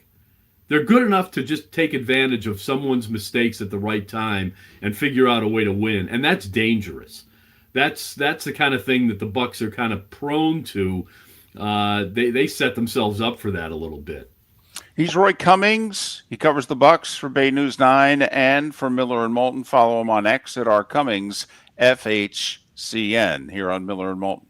Your roof is your home's first line of defense. At Pelican Roofing of Florida, Ronnie, John, and their team bring years of experience to protect what matters most, your family and your business. From residential repairs to large-scale commercial roofing, we deliver honest work, fair pricing, and quality you can trust. An upgrade on your roof can lower your insurance costs. Don't wait for a leak to turn into a disaster. Call the experts at Pelican Roofing today. 1-866-9-PELICAN. That's 1-866-9-PELICAN. Online at pelicanroofingcompany.com. CCC 1332512. Let's talk the big differences between Floor Meisters and the big box store that sells flooring. Floor Meisters is family owned. They do flooring, not doors, nuts and bolts, or weed killer. They specialize in it. They know it. Floor Meisters backs their installer, so if there's ever an issue, good chance the boss, TJ, will come out and make it right. Floor Meisters prices beat the box stores every day of the week. When you think flooring, think Floor Meisters in Naples. FloorMeisters.com. Real people, real prices, real quality selection. The Floor Meisters, just keeping it real. American Paint Supplies, for nearly 30 years, is your one-stop shop for all your coating needs. If you are a designer, a contractor, a professional painter, or a weekend warrior, American Paint Supplies is the place where experts go to get expert solutions. At 6100 Shirley Street in Naples off of Pine Ridge, American Paint Supplies delivers the best solutions with the best products with the best support. Meet Gene and his team today at American Paint Supplies. Call 239-566-2700. That's 566-2700 or online at AmericanPaintSupplies.net. This December, watch the nation's best high school basketball players compete in the City of Palms Classic. Fort Myers will once again welcome future college and NBA stars as they square off at Suncoast Arena from December 18th through the 23rd. Come see Southwest Florida's own Bishop Verreau versus Barron Collier on Sunday night, December 21st. For tournament information, please visit cityofpalmsclassic.com. Lee County, building a better community through business, sports, and tourism. This is Miller and Moulton.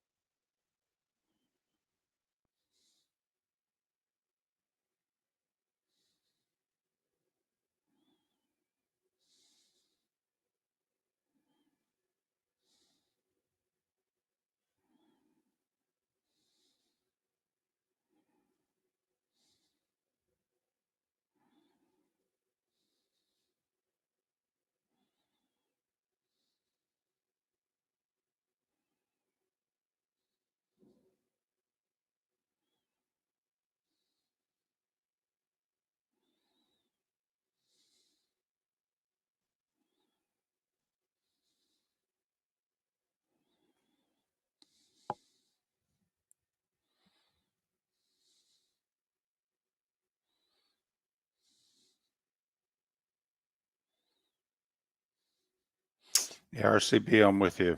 It'd be great if Cansey could come back.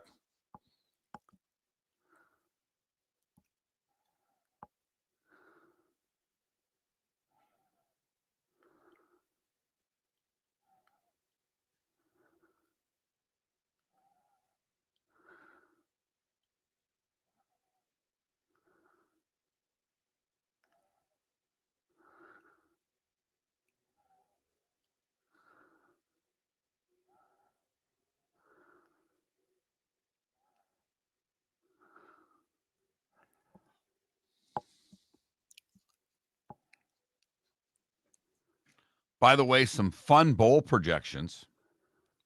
Pinstripe Bowl, Pitt and Penn State. That's outstanding. It really is.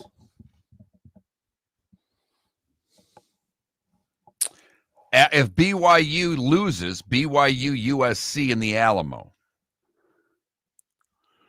What do you got for the Sun Bowl? Clemson, Arizona. Citrus Bowl, Michigan and Texas.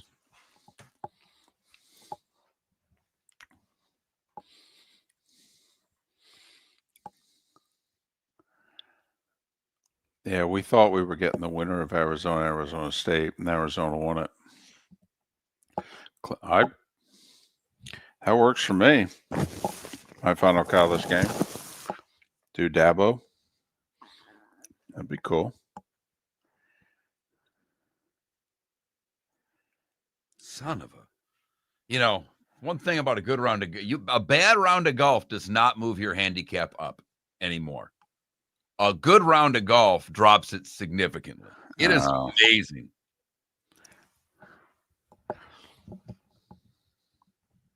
All right. Make more birdies. Shut up and make more birdies. That's all that matters.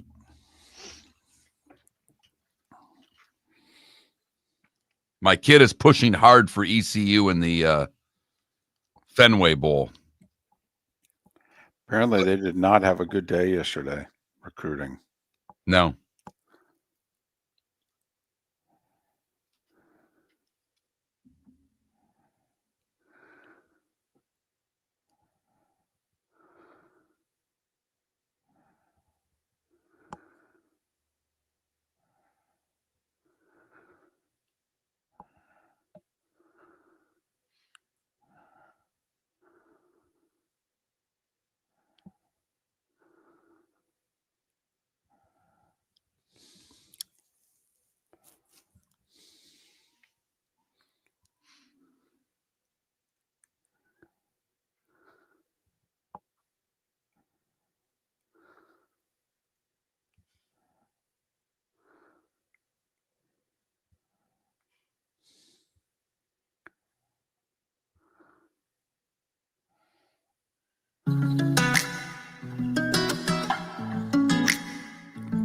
Welcome back to Miller and Moulton. Text the guys what's in your mind at 21,000.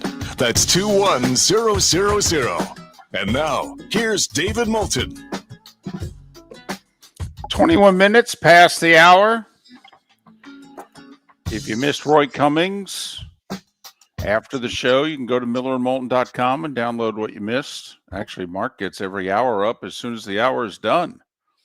But if you ever miss a guest on this show, go to millerandmoulton.com and download what you missed. JP Shadrick coming up at the top of the hour.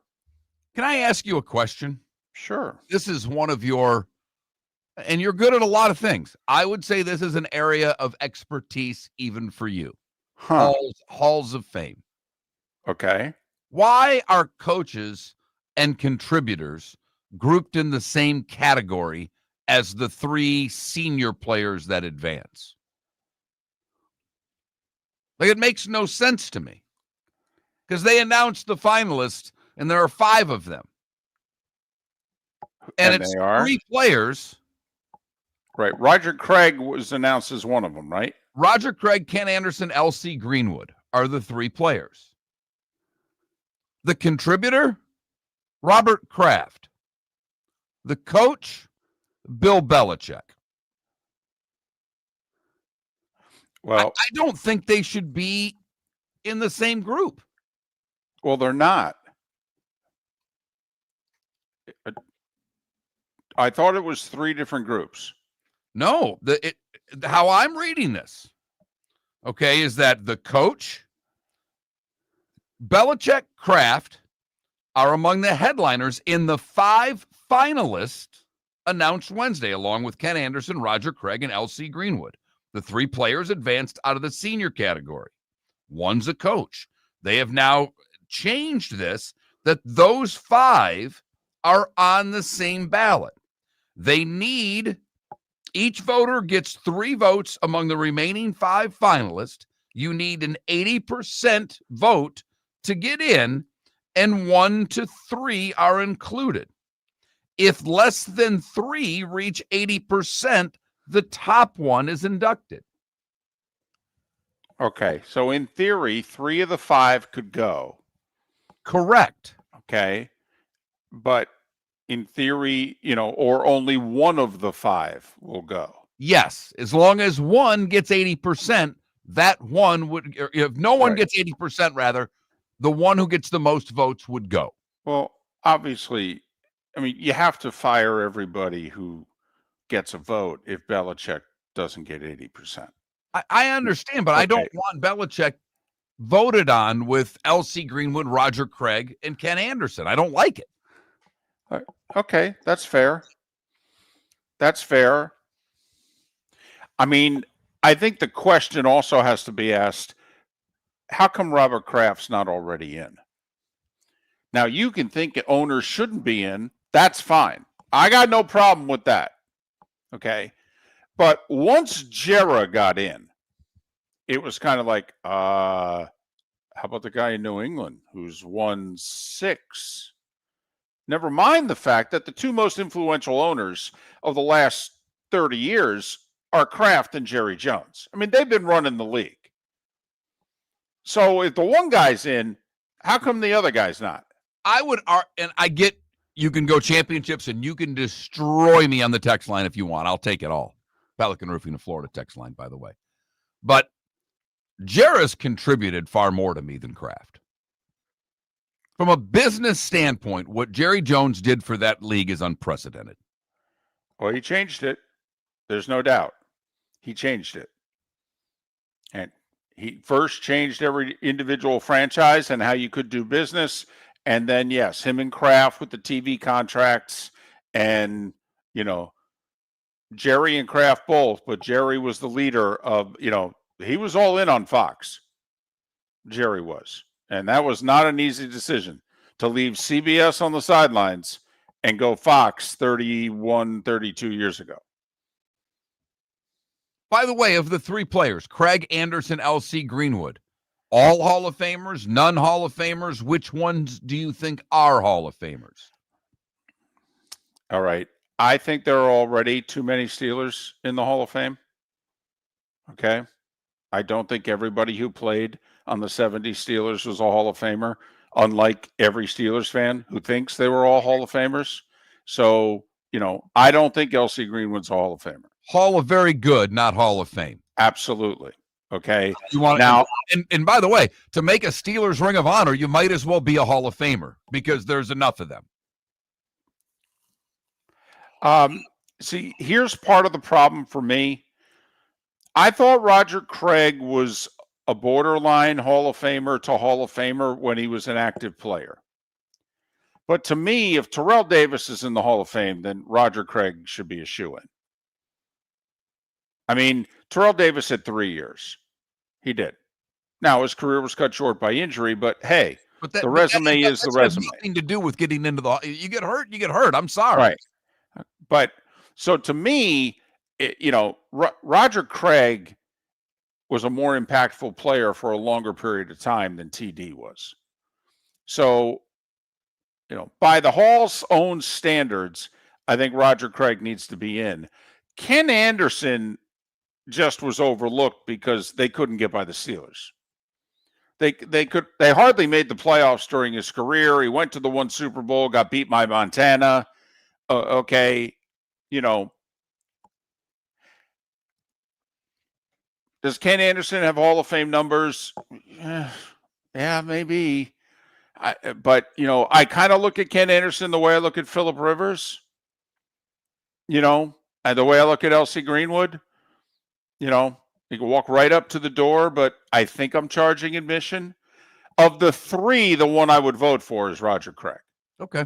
I think Craig, to me, has to go in first before you could convince me of the others. I think that would be my order, would be Craig, Anderson, LC Greenwood, if I were to place those three in order. But my ballot, by the way, if I only 3 of the 5 would be Belichick, Craig, and Kraft. And come on, don't we want Belichick and Kraft to go in at the same time? Come on. Really? I mean, don't we want that? I'll tell you what. And their speeches to be one right after the other. And if they both go in, if you're Kraft, I mean, who has more clout? I don't know. But do you want to go first or do you want to go second? I think I'd want to go second. Because if I got a zinger, I don't want to let the other guy speak. I want to get the last word in. That's kind of me. This reportedly is very painful to Robert Kraft that he's not in the Hall of Fame. He apparently lobbied hard for it for many years, now has stopped lobbying, and has now been a finalist, I think, 2 years in a row. Didn't get in last year, obviously. Mark, tough to feel sorry for a multi-billionaire who's had a great life. But if Belichick gets in and Kraft doesn't, when you're on the same ballot at the same time, that is going to be the ultimate kick in the face from the Hall of Fame to Robert Kraft. No doubt. No doubt. And it's funny you mentioned Phillip Rivers. He's on the ballot this year. We haven't gotten to the finalists yet of the players that are still, of the eligibility. The players we're talking about are the senior committees that have already gone past their run of opportunity of being elected that way. So just wanted to bring it up. I know you care more about the Hall of Fame than I do. I do care about it, but it's a little bit more of a passion project for you, if you will. And maybe something we're going to have to bring up with Pat in the near future because he's doing some work now with the Hall of Fame. Breeze and Larry Fitzgerald are first-timers who figure will cruise right in. And so you got the logjam of guys, like in Rivers' case. Don't you think Eli has to go before he gets in? I agree. And Ben is close here because Ben is how many years removed, retired? 3 or 4. So Ben's going to be on a ballot here pretty quickly. So, Rivers is like, get Eli in, get Ben in. Because I'm third on that list. So get them in. Then I got a shot. It's kind of like the wide receivers, remember? Chris Carter, Tim Brown, Andre Reed were all up there. It was like, come on, let's go. Let's get them in. Let's go. Miller and Moulton, millerandmoulton.com. Think we only fix windows? Think again. Your local Glass Doctor Home and Business does so much more to upgrade your home. We custom build stunning shower and bath enclosures, install sleek glass doors and windows, and can bring fresh life to foggy or cracked panes. Need a glass tabletop or a statement mirror? Yep, we do that too. If it's glass and it's in your home, we're the team to call. Call the Glass Doctor, we fix your pains. Oh yeah. Mark Miller for Sleep Treatment Direct. They are helping me with sleep apnea. And by helping me, I mean curing me. No more CPAP machine. No more snoring. No more tossing. No more waking up exhausted. Their expert team got me the right treatment fast and hassle-free. If you want to feel energized and get rid of your snoring, call Sleep Treatment Direct today. 444-1741. That's 239-444-1741. Sleep Treatment Direct. Sleep safe and sound. Let's talk the big differences between Floor Meisters and the big box store that sells flooring. Floor Meisters is family owned. They do flooring, not doors, nuts and bolts, or weed killer. They specialize in it. They know it. Floor Meisters backs their installer. So if there's ever an issue, good chance the boss, TJ, will come out and make it right. Floor Meisters prices beat the box stores every day of the week. When you think flooring, think Floor Meisters in Naples. FloorMeisters.com. Real people, real prices, real quality selection. The Floormeisters, just keeping it real. American Paint Supplies, for nearly 30 years, is your one-stop shop for all your coating needs. If you are a designer, a contractor, a professional painter, or a weekend warrior, American Paint Supplies is the place where experts go to get expert solutions. At 6100 Shirley Street in Naples off of Pine Ridge, American Paint Supplies delivers the best solutions with the best products with the best support. Meet Gene and his team today at American Paint Supplies. Call 239-566-2700. That's 566-2700 or online at AmericanPaintSupplies.net. This is Miller and Moulton.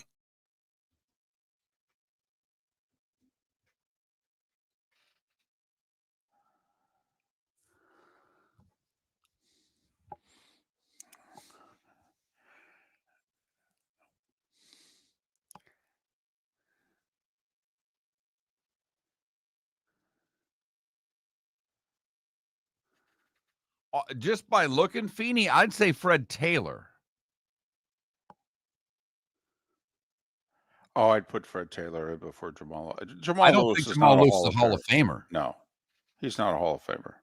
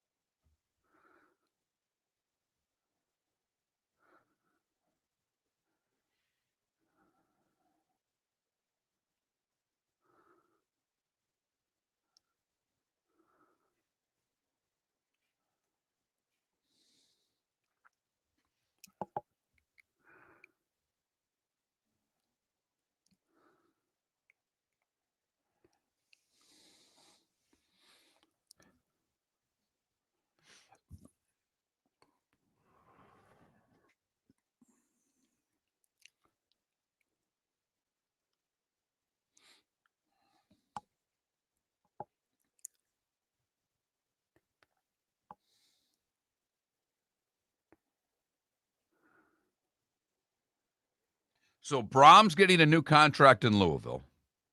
Uh-huh.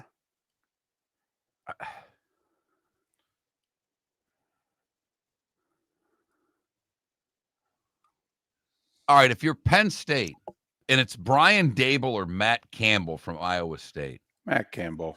I agree. Hiring a college guy.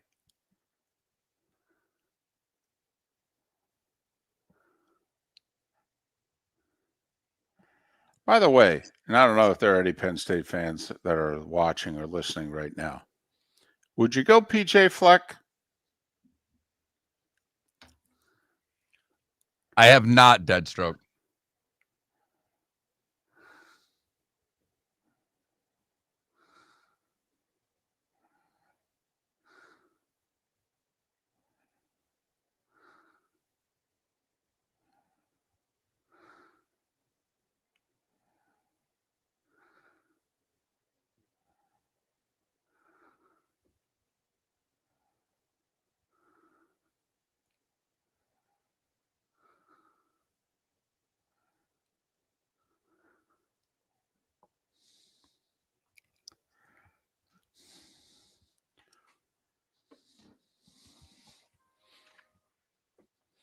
L.C. Greenwood was second team all decade in the 70s.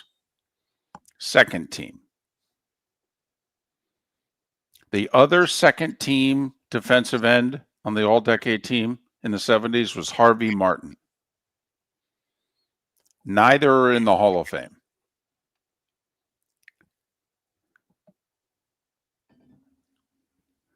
Love me some Ed Tuttle and Harvey Martin defense.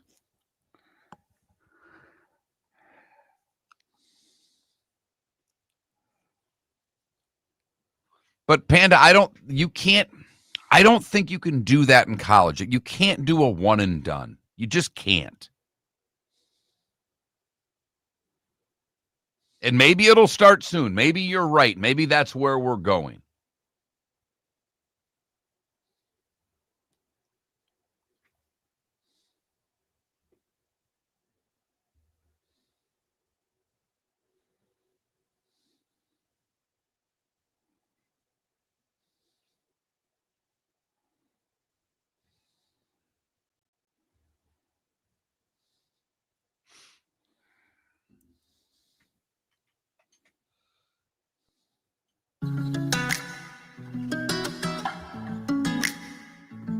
Welcome back to Miller and Moulton. Text the guys what's in your mind at 21,000.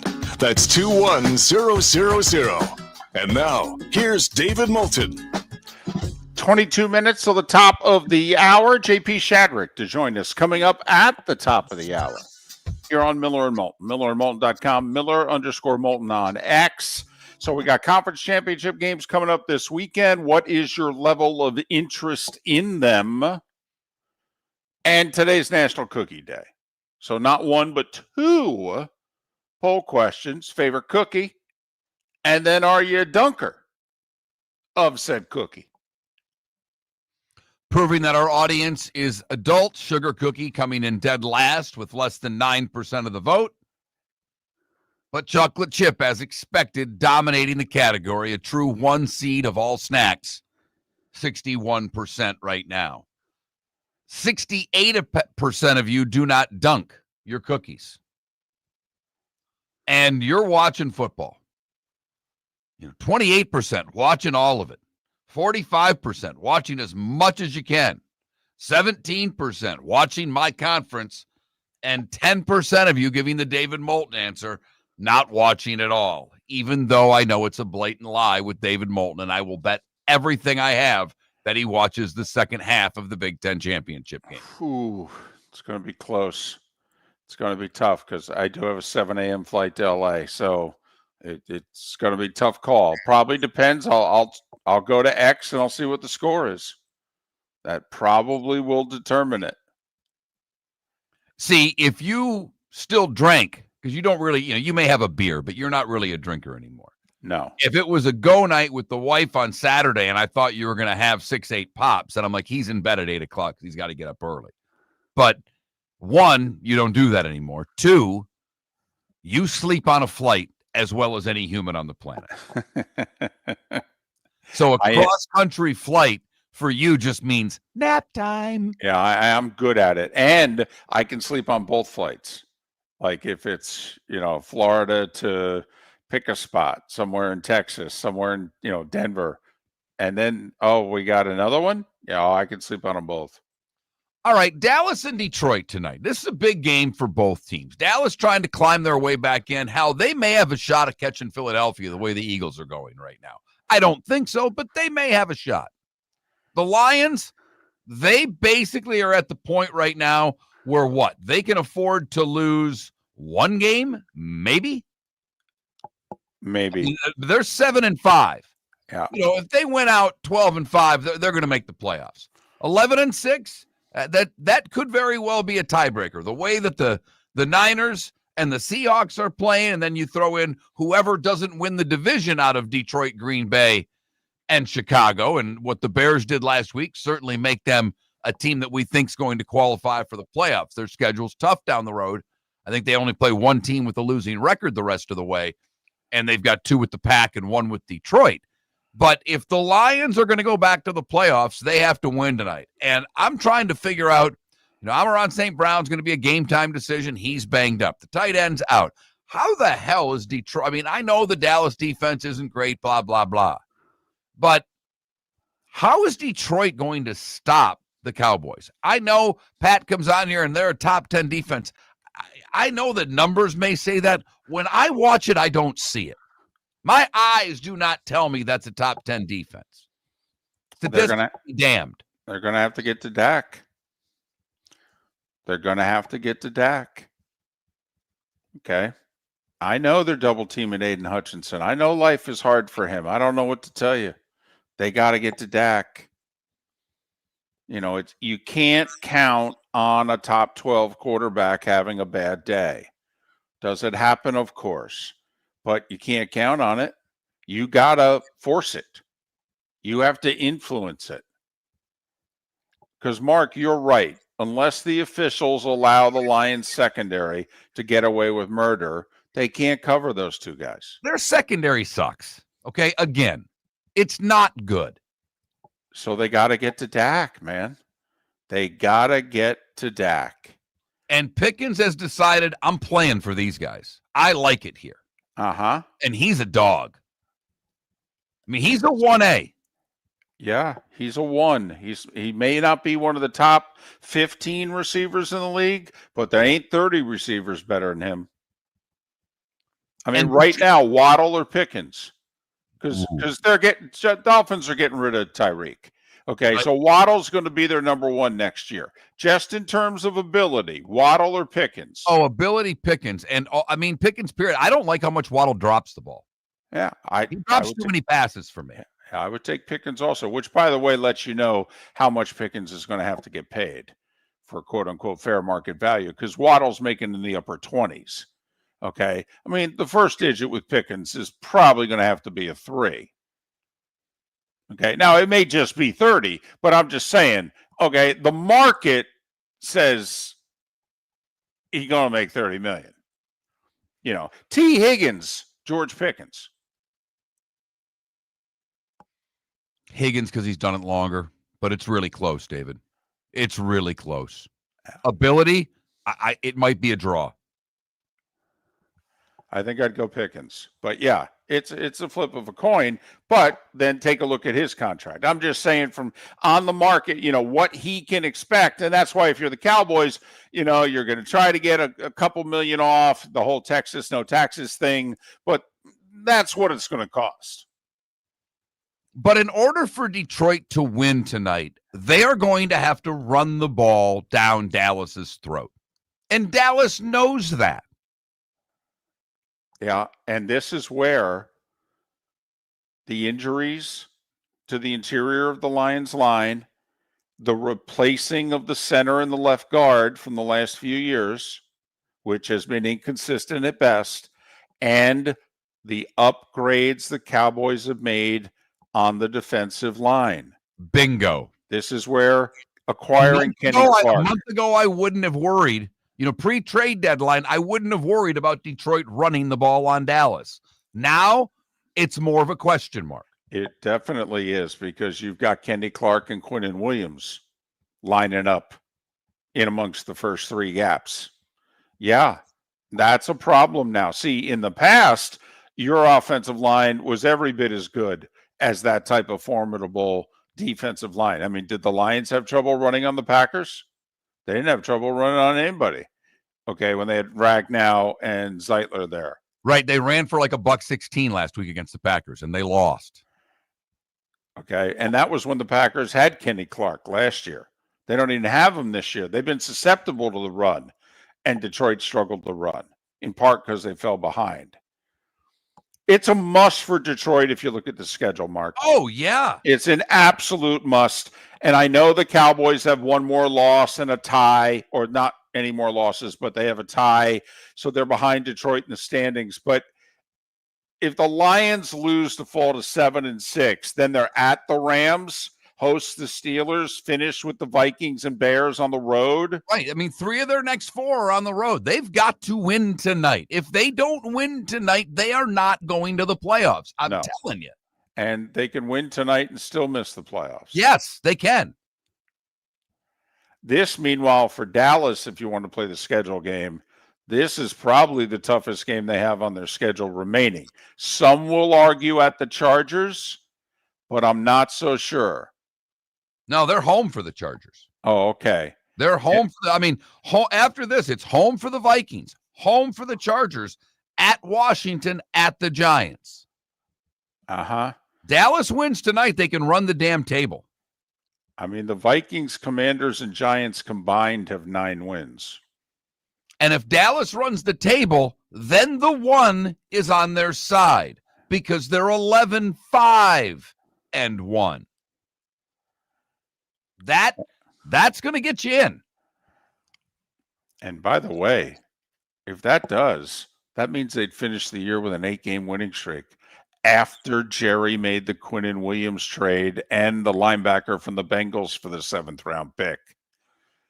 I mean, do we actually have to put Jerry on the short list for Executive of the Year? Ouch. How about that? Yeah, I mean, and then throw in the trade for Pickens before the season began. That looks like a genius move right now for what they gave up. And if you go back a half a dozen years, remember when Jerry gave up what he gave up to bring in Amari Cooper when the Cowboys were 3-5 and they went 7-1 the rest of the way? I mean, there's a lot to criticize Jerry for, but Jerry doesn't give up on a season. And we thought they were done with the way they were, traded Micah. The defense was awful. You were able to run right through them. Well, you can't anymore. But this was the money 3-game stretch for them. Eagles, Chiefs, Lions. Win, pending. So it's a monster Thursday night game.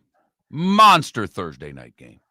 And Dan Campbell, I think, if I may have this wrong, David, I think it's 0 for 7 on his last 7 4th-down attempts. It may be more than that, but it's for sure 7. Keep going for it, Dan. Bypass those field goals. Oh, and he'll go into this game, Mark, thinking a field goal's not doing him any good. Right. And I got to score 34-plus points. So, oh, my goodness.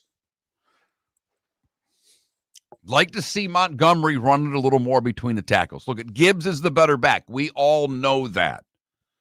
But they're trying to run Gibbs between the tackles. And the point you made about their deficiencies in the middle of that line now, maybe the bruiser needs to carry the ball between the tackles a little more.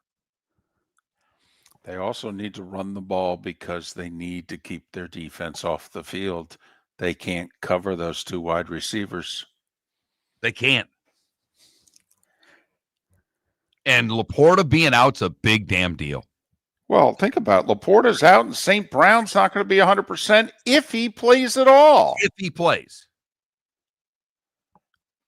I mean, honestly, how do you not take the points tonight? Because it's Thursday and you get the home team. No, I mean, if you find me another reason, let me know. But that's the only one I've got, David. That's where I'm going to plant my flag. Thursday road teams, it's December. But remember, they both have a week off, right? You're not getting the road team on 3 days rest. You're getting them on 7. So the Lions don't even get that advantage. Every other home team on a Thursday would have had the advantage, not the Lions. And can your speed receiver in Williams, can they get some plays downfield where they maybe get a call? Yes, they can. That's an area where I think they can, play action going deep to Williams because he's fast. He's tough to cover. Well, and I think the Cowboys secondary is vulnerable.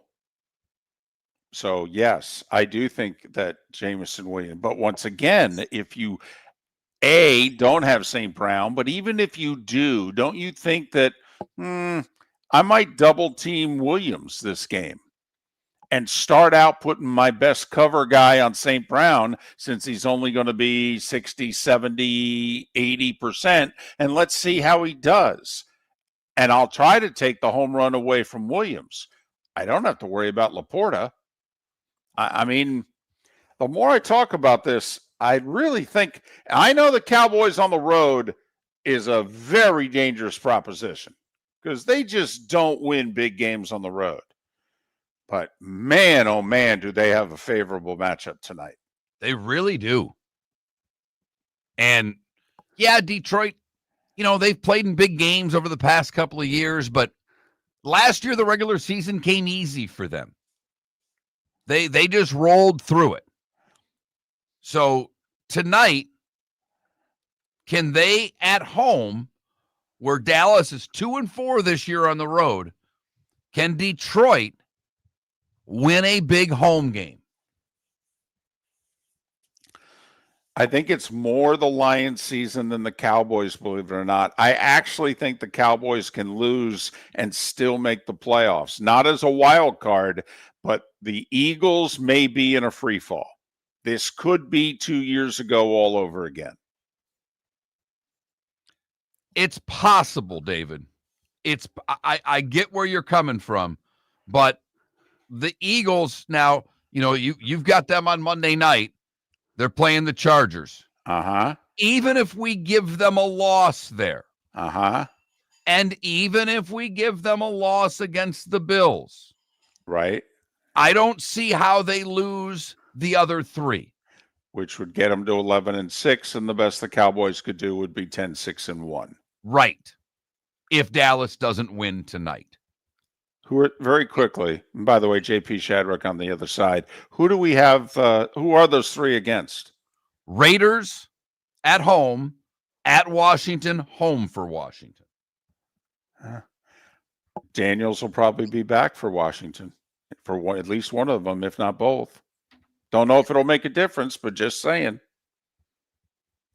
So Miller and Moulton, a lot riding on tonight's Thursday night game. By the way, if you're looking at the standings in the National Football League, who's that first place team in the AFC South? Oh, it's the Jags. We'll talk to JP about it next. The Cape Coral Police Department is growing, and they want you to be a part of it. They're hiring new officers. Starting pay is between $74,000 and $90,000, depending on your experience. And with a $10,000 hiring bonus, you could be making $100,000. Enjoy paid holidays, off-duty details, plenty of OT opportunities. They're also hiring dispatchers and professional staff. So go to capecops.com. Capecops.com. Be brave, be best, be Cape. There's something magical about the holidays, and at the Diamond District, it's the season we look forward to all year long. The lights, the laughter, the feeling of giving. That moment someone opens a gift that truly sparkles. When you walk through our doors, our team is ready to welcome you with warmth and expert guidance. No pressure, just people who love helping you create unforgettable moments. Stunning diamond jewelry to wrap up the wonder of the season. The Diamond District, se habla español. At the Diamond District. Got a cracked window or foggy glass? Don't wait for the next storm to make it worse. Your local Glass Doctor Home and Business is just down the road and ready to help. From leaky frames to shattered panes, we've got the tools and the know-how to get your home or business storm ready. With flexible scheduling and our done right promise, you'll be in good hands. So before or after the weather hits, call your neighbors at Glass Doctor. Glass Doctor, Glass Doctor. Call the Glass Doctor. We fix your pains. Oh, yeah. Your roof is your home's first line of defense. At Pelican Roofing of Florida, Ronnie John and their team bring years of experience to protect what matters most, your family and your business. From residential repairs to large-scale commercial roofing, we deliver honest work, fair pricing, and quality you can trust. An upgrade on your roof can lower your insurance costs. Don't wait for a leak to turn into a disaster. Call the experts at Pelican Roofing today. 1-866-9-PELICAN. That's 1-866-9-PELICAN. Online at PelicanRoofingCompany.com. CCC 1332512. There's something magical about the holidays, and at the Diamond District, it's the season we look forward to all year long. The lights, the laughter, the feeling of giving. That moment someone opens a gift that truly sparkles. When you walk through our doors, our team is ready to welcome you with warmth and expert guidance. No pressure, just people who love helping you create unforgettable moments. Stunning diamond jewelry to wrap up the wonder of the season. The Diamond District, se habla español. At the Diamond District. American Paint Supplies, for nearly 30 years, is your one-stop shop for all your coating needs. If you are a designer, a contractor, a professional painter, or a weekend warrior, American Paint Supplies is the place where experts go to get expert solutions. At 6100 Shirley Street in Naples off of Pine Ridge, American Paint Supplies delivers the best solutions with the best products with the best support. Meet Gene and his team today at American Paint Supplies. Call 239-566-2700. That's 566-2700 or online at AmericanPaintSupplies.net. This is Miller and Moulton.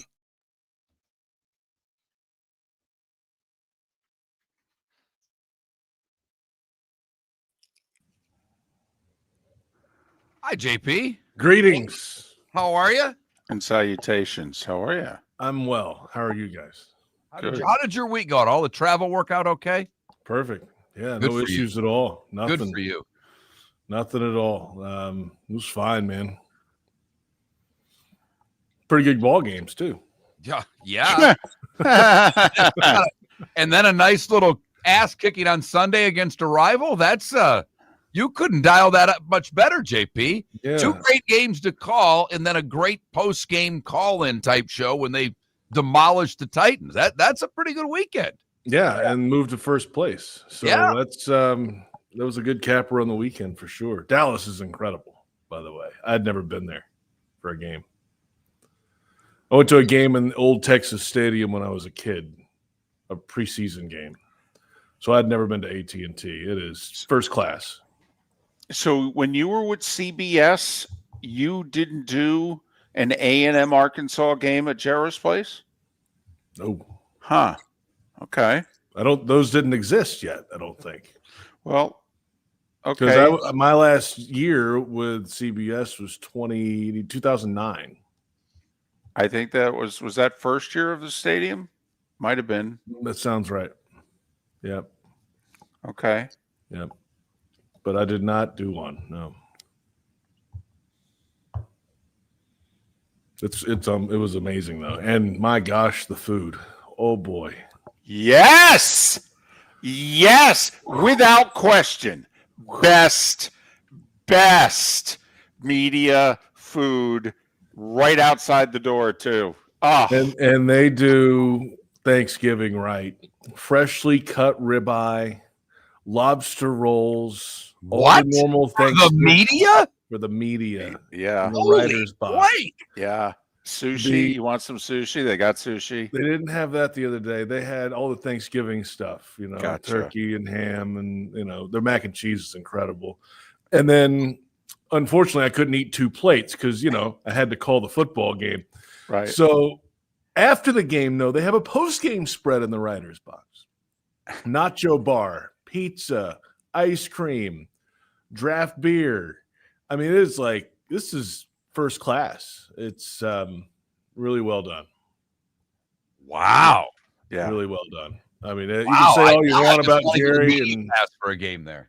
You can say all you want about Jerry Jones and the way they've run the football, but they do everything else. Totally. First class. And you know what? They're doing the football okay right now, too. The stadium's beautiful. It is. It's great. And then the Iron Bowl was just it imagine was that. kind of the ugly Iron Bowl until the second half. And then I was going to say, but all of a sudden, there you are, fourth quarter. It's tied at Auburn. How about that? Tied game, and Bama's got the ball in their hands and go on a 15-play drive with 2 4th-down conversions. Heard that before. Yeah. Had a couple. Couldn't kick a field goal, so they covered, huh? That just crushed me. Got a couple 3rd-down conversions from the striped shirts, too. Okay. There were a couple of bang plays. I'll give you that. This was the year that the officials just had it out for Auburn, man. They just stuck it to Auburn all year. Yeah, you know what? And I give Auburn, that team, a lot of credit, man, for sticking at it and being in it. And that game's always like that, it feels like. But, I mean, even throughout the year, I mean, they had a lot going on, And unfortunately, they're not going to go to a bowl.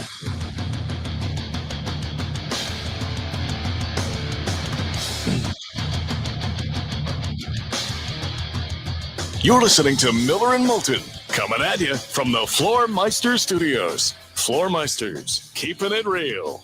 And now, here's Mark Miller and David Moulton. It is the Diamond District bonus hour on this first Thursday of December, and we're thrilled to have our friend JP Shadrick with us. Westwood One Radio, where he called the Chiefs and the Cowboys last week. Touchdown Radio Network, where he called the Iron Bowl. Jags Radio Network, the First Place Jags Radio Network. Follow him on X at JP Shadrick. How was your week? It was pretty busy, Dave. Mark, good morning. But I wouldn't have it any other way. I love loading the plate, and it doesn't happen every week like that. But when it does, and it all works out, and they're all great games, that's what you sign up for. No doubt. Yeah, I've not done play-by-play in a long time, but I've done my fair share, and obviously you do a lot, and David's done a lot in his past. When the games are good, it's easy. It's hard when the games are bad. When the games are great, you feel like you're just hitch on and ride along, and you got that both on Iron Bowl and the Dallas-Kansas City game. Just great football games. When you have Dak and Patrick Mahomes throwing it around on Thanksgiving Day, it's like back and forth games, second half. I mean, that's fun. 93,000 people there, there's energy there.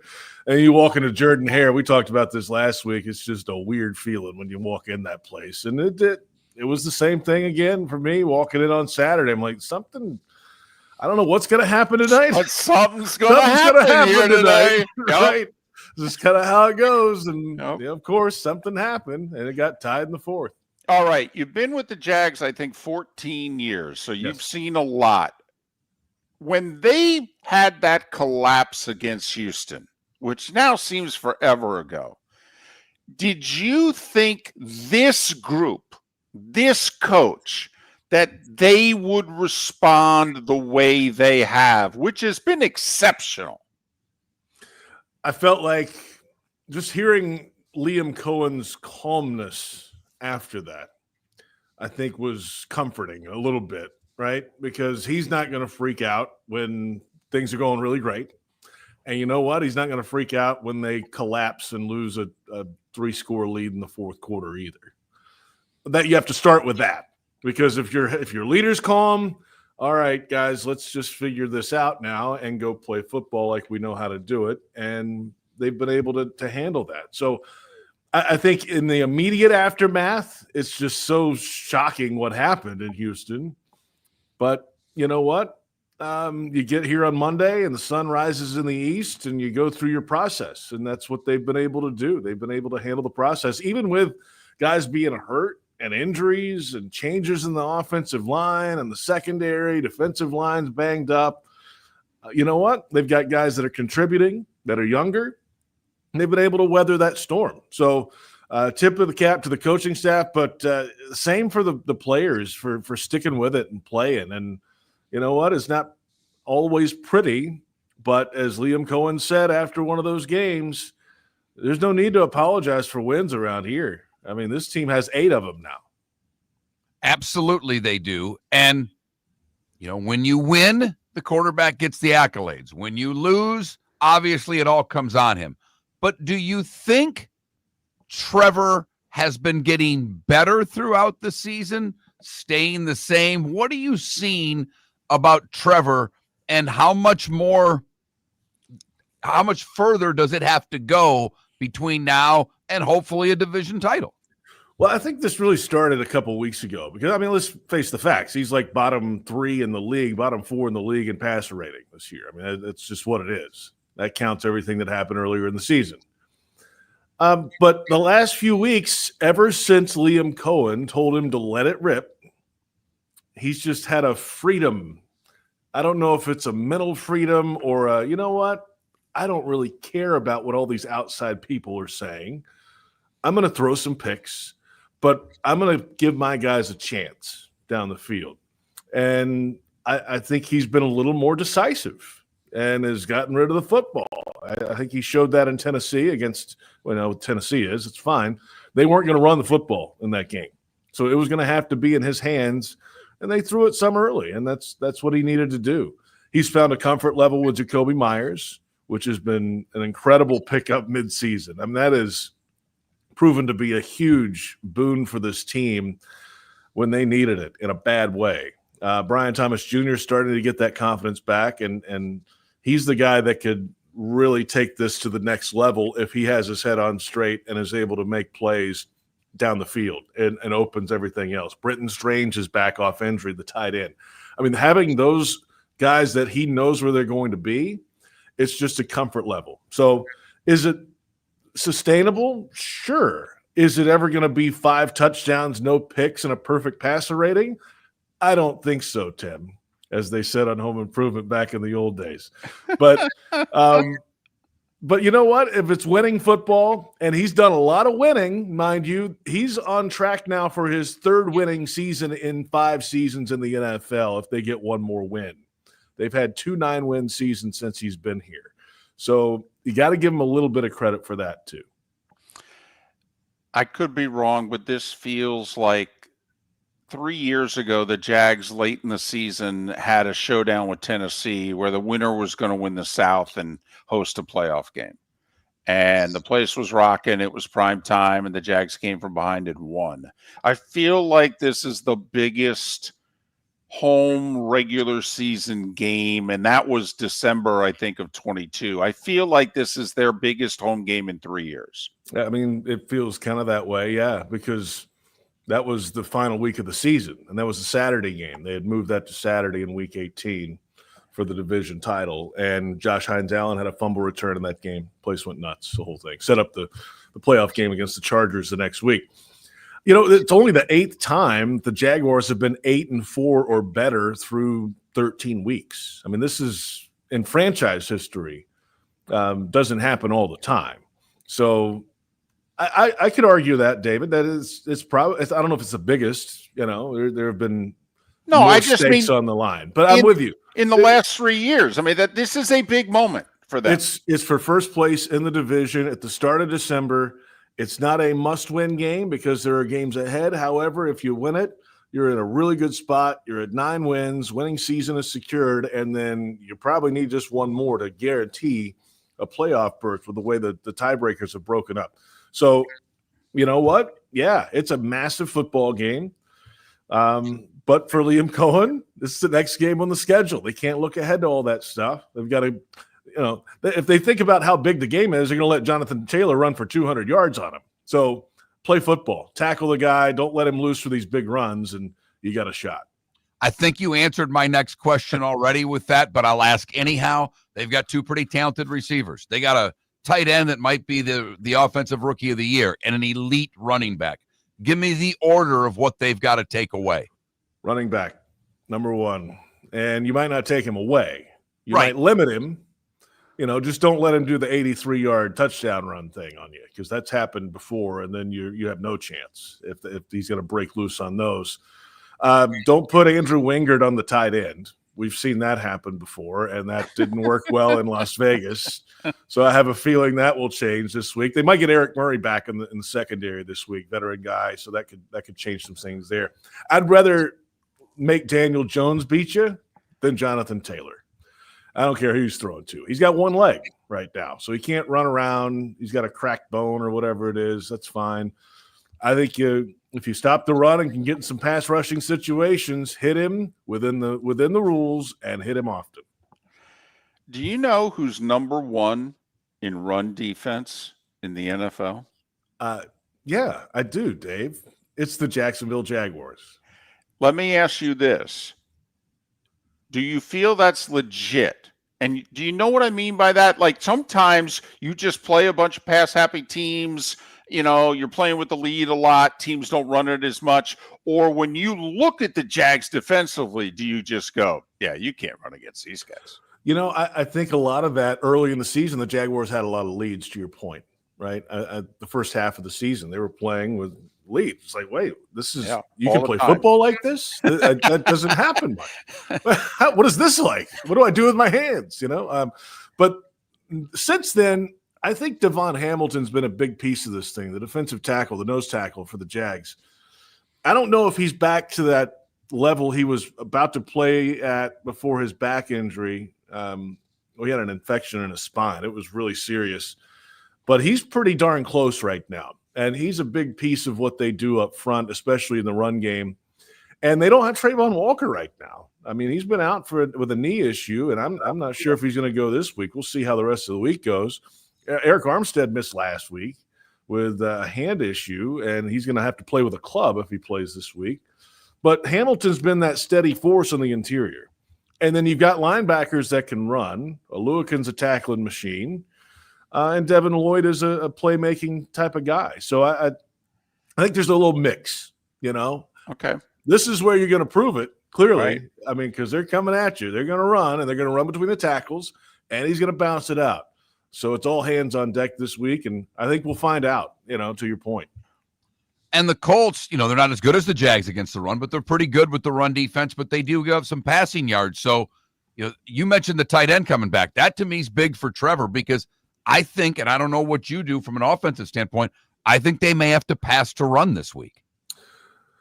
Maybe, but DeForest Buckner's out for them, defensive tackle, and that's still big. I mean, I think it's his final week out, fourth week now on the IR. So, with that, I'd rather them be without Buckner than be without Sauce Gardner.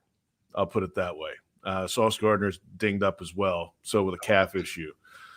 Because from what this Jags team needs to do, I think they need to run it and throw off the run. Opposite of what you're talking about. That's when they're at their best, when they can go out physical up front, and it's going to be one of those games. And, I don't know if Trevor's going to have to stand back there and throw first and throw it 40 times. I don't think that's ever their game plan.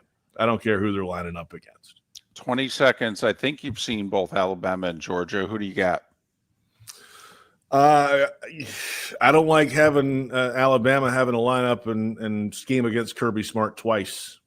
I think they're going to have some things. If you can get in the head of the Alabama quarterback, they cannot run the football consistently. If they can disguise things and pressure him, it's Georgia's game. Georgia favored. Kirby's only beaten Bama once since he's been there. Was for a natty, but he suffered a lot of losses in that building against the Tide. New coach. You suffered him against that guy, too. Don't kid yourself. I was going to say, he got beat at home by the new coach. He's JP Shadrick. All right. Jags Radio Network, big one Sunday. Jags hosting the Colts for first place all by themselves in the South. JP, have a great weekend. Thanks for everything as always. JP Shadrick here on Miller and Moulton.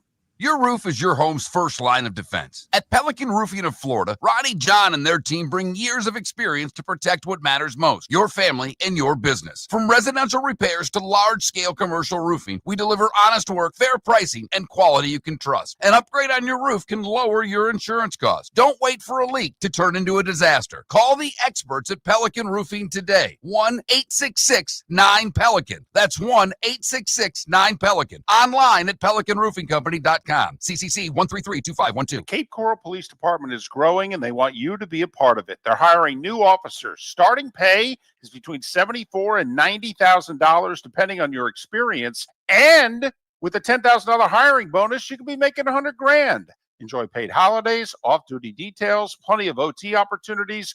They're also hiring dispatchers and professional staff.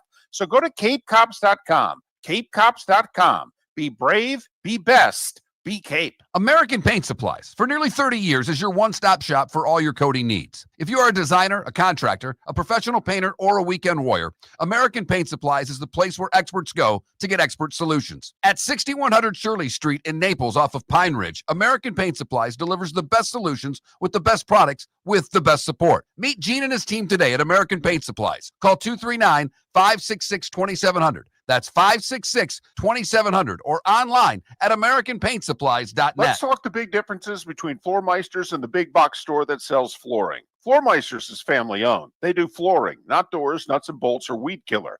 They specialize in it. They know it. Floor Meisters backs their installer. So if there's ever an issue, good chance the boss, TJ, will come out and make it right.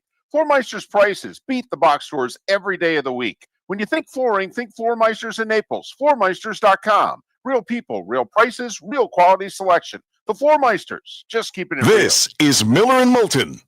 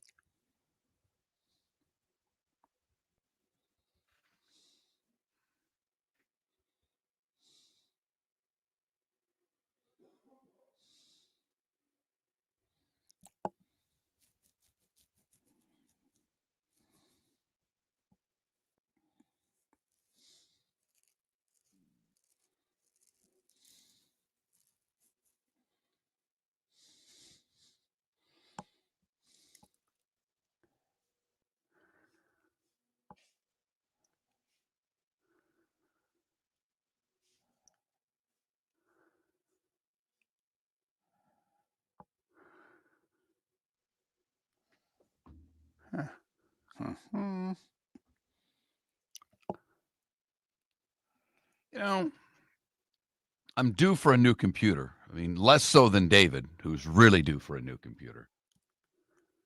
But it really pisses me off when the computer starts acting up at the time of the show when I'm going to need it. Like, I don't need it. I mean, it's the text line, it's X. I look up a thing or two here and there, but I don't really need it until the last 20 minutes of the show. And when it's being finicky right now, it scares the bejibbers out of me. Okay. Any computer experts in there? If I were to get a HP or a Dell, that's what I was seeing at Costco for a reasonable price. Is there one that you would recommend over the other? And should I be buying a computer at Costco?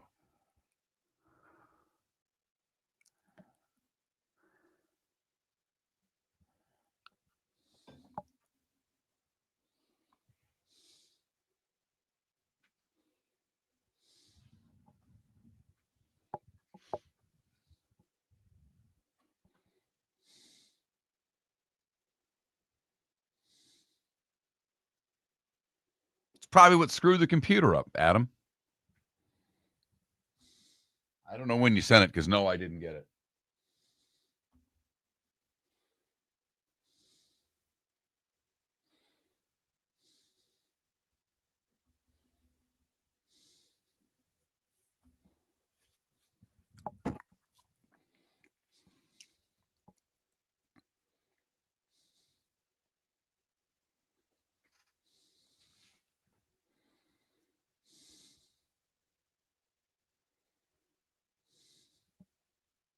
Thank you, Left Twix.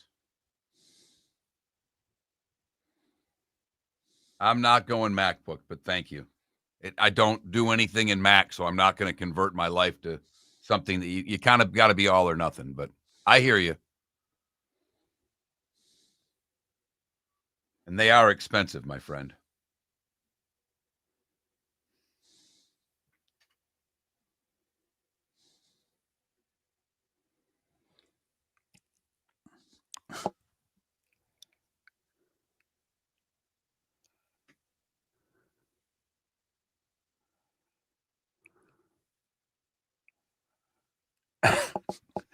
There's a report out there right now that Chris Paul got waived because during a team meeting, load management was brought up, and Chris Paul looked at Kawhi and said, "Dude, you are the load." Okay. And which apparently 10 seconds goes by. Nobody says a word. Kawhi gets up and leaves the room. Okay. Ball's waived later the day.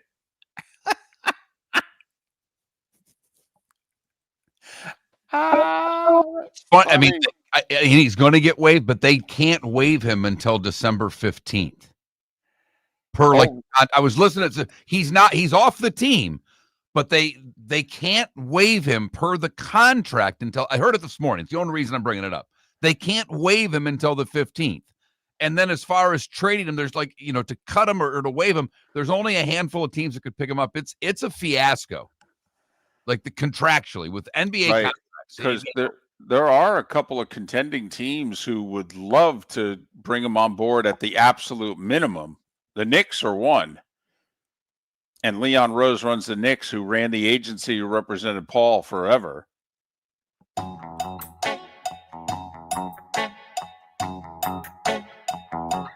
You're listening to Miller and Moulton. And now, here's Mark Miller and David Moulton. 21 minutes past the hour. Thanks so much for being with us. This first Thursday in December, 3 weeks away from the big day when the big fella shows up. Miller and Moulton, millerandmoulton.com, Miller_Moulton on X. Lions favored by 3 tonight at home against the Cowboys. Big game. Definitely feels like an elimination game. Definitely. Lions schedule harder than Dallas's schedule. I think the Cowboys have the better chance of making the playoffs. Cowboys are a game and a half behind the Eagles. Lions are a game and a half behind the Niners for the 7 seed. Whose situation do you like better? The winner of tonight's game. I mean, I know. Well, take that into account then. Look, I think I like the Cowboys situation better. I do. Fact of the matter is, the Lions whooped the Bears the first time. It's tough to sweep in division. They still have the Bears. They've got to go to L.A. and play the Rams. Uh-huh. I think Detroit's missing the playoffs. And I figured out I might like the Lions a little more than I thought because that bums me out a little bit. I think they're going to miss the postseason. Well, I think the fear that you have, if that happens, is this their window closing, or is this just a year where some things went wrong and they can recover and, they'll be right back on the horse next year? The same with the Chiefs. I mean, think about it, by the way. Right now, the Chiefs and Lions are out and look as if they're going to be out. Now, you can make the case all the Chiefs have to do is hold serve at home. The problem is the home games are Houston, the Chargers, and the Broncos. And as we've pointed out forever, the Chiefs lose every damn tiebreaker. Every one. I mean, if they were to beat Houston, that would be the first tiebreaker they own versus a team that is equal to them or ahead of them in the standings. So, and the other side of it, like one game off this path is like, boy, Vegas doesn't trust the Bears. 6.5 at, and I get it. I mean, this is the original Who's Your Daddy? I mean, the Packers are the Green Bay Packers' daddy. Make no mistake. But 6.5? They just got done whooping the Eagles. But the funny thing is Ben Johnson, is still publicly questioning his quarterback, saying, hey, man, there's guys open. You got to hit them. Which is funny, by the way, because they yelled at Troy Aikman when he said the same thing on Monday Night Football. And then they all spent the next 2 days in front of the podium bashing Troy Aikman. And that's funny. Then the head coach says it 4 to 6 weeks later. And now apparently, it's the truth. Huh. Just thought I'd point that out. Since you're pointing that out and, things being the truth and not the truth, it has been interesting the last couple of days of all the stories coming out of Oxford from the players from Ole Miss calling Lane a blatant liar. Huh? It's not just a player. It's multiple players. Yeah. The one thing, though, they did play for him. It's not like they laid down against Mississippi State or they played for themselves, whatever, but they showed up. They didn't mail one in down the stretch. No, and I didn't think they would. They want to, the playoffs a big deal to them, but sure. I just, Hey, quick sidebar on Lane. Did you read the story in The Athletic? Okay, it's a big story about how it went down at Ole Miss, final days, first couple days, blah, blah, blah. There's just a quick paragraph about, oh, by the way, Lane and being rejected kind of sort of by Florida and how it's not the first time. And I went, all right, apparently, I did not know this. Did you? Will Muschamp, Lane got fired at USC in 2013. Entering the 2014 season, Will Muschamp wanted to hire Lane as his offensive coordinator, and Gator officials told Will that the SEC was against it and wouldn't approve the hiring of Lane Kiffin as offensive coordinator. 2 weeks later, Nick hired him as offensive coordinator at Alabama. Now, whether the Florida officials were lying to Will because they didn't want Lane and they didn't like him and didn't trust him and what have you, or did Jeremy Foley really call Birmingham and Birmingham said, stay away? I can't imagine that being true. I'm sorry. Don't you think somebody in Florida sandbagged Muschamp here? But anyway, it's the second time, that Lane wanted to go to Gainesville that he didn't end up in Gainesville. One of our listeners who corresponds with me with a lot of emails, and I love him because he gives me a lot of information and he breaks down things so I don't have to read. Hey, here's a big article. Here's the bullet points. Thank you. If I could get all of you to do that, that would be great because there's a lot of crap to read every day. But Danny Werfel did a podcast and, kind of and defended Strickland and said the boosters weren't responsible for the hire. And I think it's all spin. I think it's all crap. Well, Danny's not going to say anything bad about anything having to do with the Gators. He's not. I wouldn't expect him Right. to. But I Right. mean, I think it's a timed execution to make Florida look as good as they can right now. They are doing everything to try to protect Strickland and the Gators and this hire. And I've said it, and I'll say it a million times. I hope this works out great for them. I hope Summerall ends up being the right guy, because college football is better when the Florida Gators are good. It is. Yeah. I mean, you look at what's going on in Texas right now between A&M Texas and Texas Tech. And for most everybody who's listening right now is in the state of Florida. Don't you long for the days?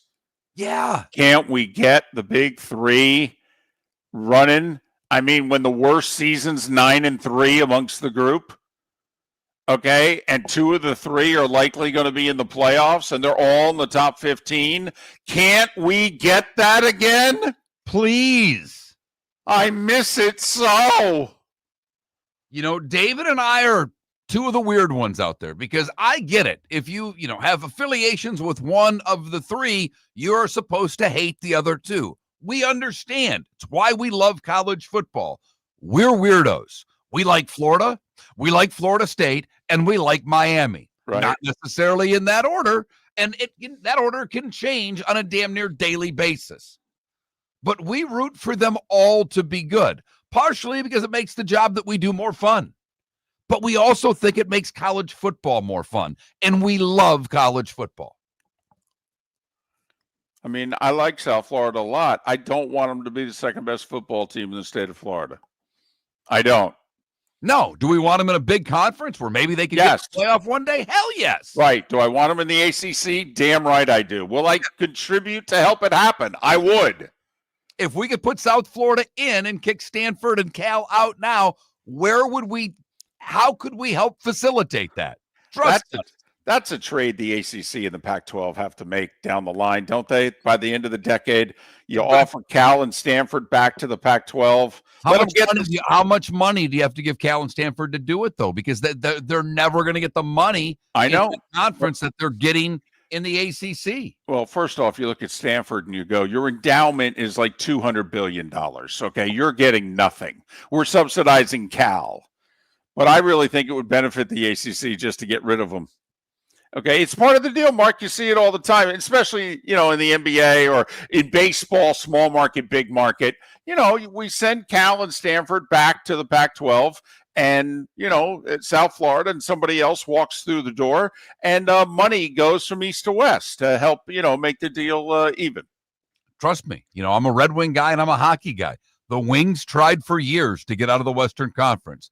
Finally, when there was some expansion and realignment, they rose their hand and said, no, enough's enough. All right. We're not playing on the Pacific time zone anymore regularly. We're not doing it. Our games are going to start at 7 or 7:30 all year. All the time. You're Make damn it right. happen.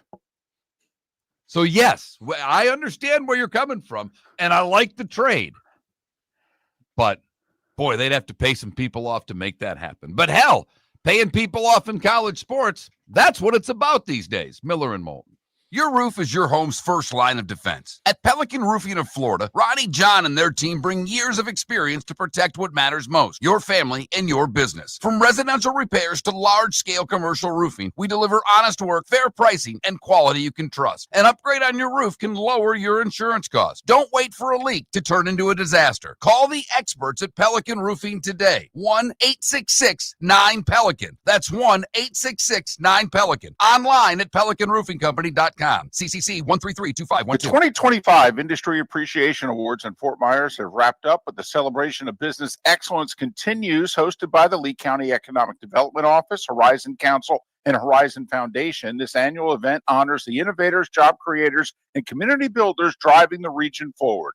Visit industryappreciationawards.com to see this year's winners and learn how local businesses are shaping a stronger, more resilient economy for Lee County. building a better community through business, sports, and tourism. Got a cracked window or foggy glass? Don't wait for the next storm to make it worse. Your local Glass Doctor Home and Business is just down the road and ready to help. From leaky frames to shattered panes, we've got the tools and the know-how to get your home or business storm ready. With flexible scheduling and our done right promise, you'll be in good hands. So before or after the weather hits, call your neighbors at Glass Doctor. Glass Doctor, Glass Doctor. Call the Glass Doctor. We fix your pains. Oh, yeah. Mark Miller for Sleep Treatment Direct. They are helping me with sleep apnea. And by helping me, I mean curing me. No more CPAP machine. No more snoring. No more tossing. No more waking up exhausted. Their expert team got me the right treatment, fast and hassle-free. If you want to feel energized and get rid of your snoring, call Sleep Treatment Direct today. 444-1741. That's 239-444-1741. Sleep Treatment Direct. Sleep safe and sound. This is Miller and Moulton.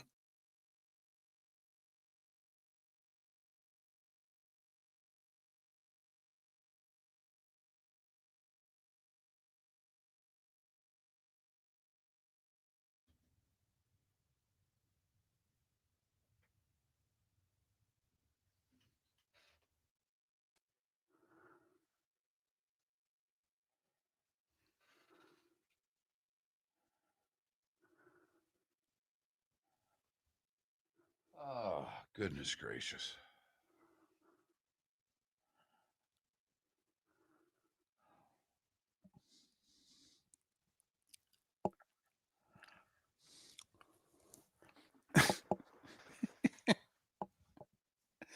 Oh, there's so much that's funny out there.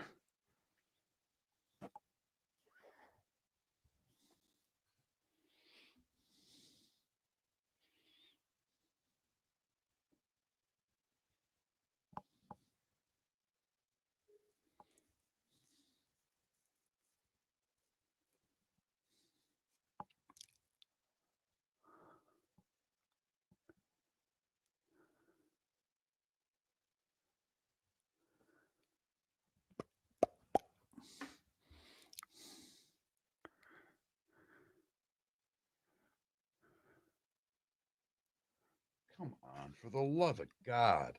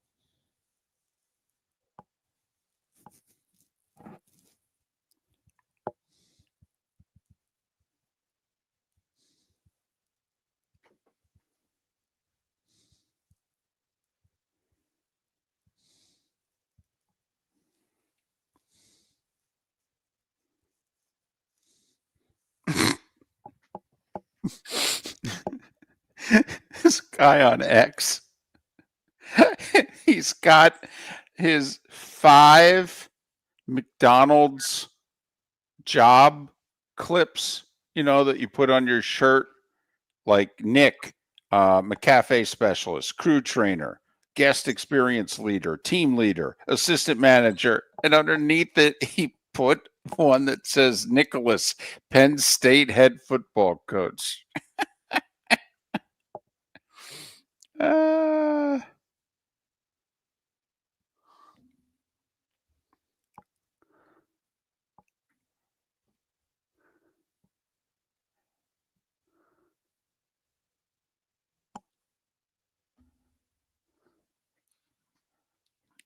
By the way, I love the fact, and I'm going to call you out. I don't know. You can scroll up and see, but whoever the person was that wanted me to buy a Mac also texted the show and told me to go to, Coconut Point to the Apple store, and then said, "Okay, cheapo, go to Best Buy and get your computer."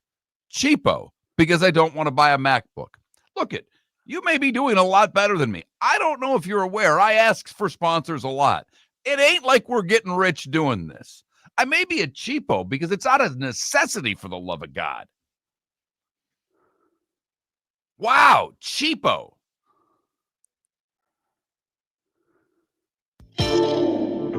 Welcome to the bonus hour, brought to you by Jason and Todd at the Diamond District. And now, here's Mark Miller and David Moulton. 22 minutes. So we're done. Out of here. Bye-bye. So long. Farewell. We'll be back for a Football Friday tomorrow. Miller and Moulton. MillerandMoulton.com. Miller_Moulton on X. National Cookie Day. 2 cookie poll questions. Are you a dunker? And what's your favorite cookie? And, we put 3 popular choices up there. You might prefer something else, but the 3 we gave you, what? Sugar, chocolate chip, and peanut butter? Yeah. My buddy from Michigan who listens to the show texted me. He goes, "How'd oatmeal raisin do?" I'm like, "Didn't make the list." He's like, "That's what I was afraid of. That's my favorite. But our favorites are our favorites," he said. And that's true. We're not discriminating against you if you like something else. Right. We thought those were the big 3. And maybe I did discriminate against you because I think oatmeal raisin cookies suck. Right. Not the first time you've said that today. No, I do. And then there's the sports question, which, of course, none of you are interested in. No, you're interested in the cookies, not the sports. And that's conference championship weekend. So what's your level of interest in the games? Pretty high. It's pretty high. People are a lot more fired up than you and I are about these games, David. Well, good. Then they'll stay. Then there'll be no movement to change them. Okay, well, there'll be a movement to change them. It just won't happen. SEC game sold out. Big 10 game sold out. Big 12 game sold out. Fox and ESPN, and everybody's happy. Conferences are happy. Cha-ching, cha-ching, cha-ching. They're making tens of millions on this game. Yep, they are. And NBC's so excited about carrying the game next year in the Big Ten that they're trying to sell the rights to it. Yes, they are, for $60+ million.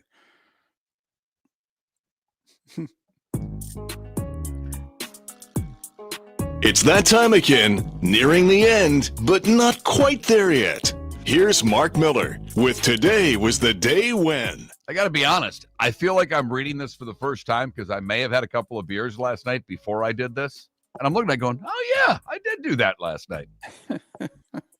1619 we start. We're 38 colonists from Berkeley Parish, England, disembark in Virginia and give thanks to God. It is considered by many the first Thanksgiving in the Americas.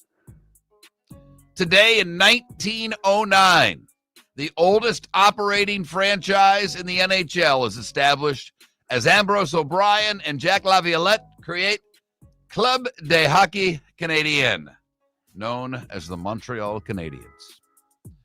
1921, the first, championship game in professional football, the American Professional Football Association Championship.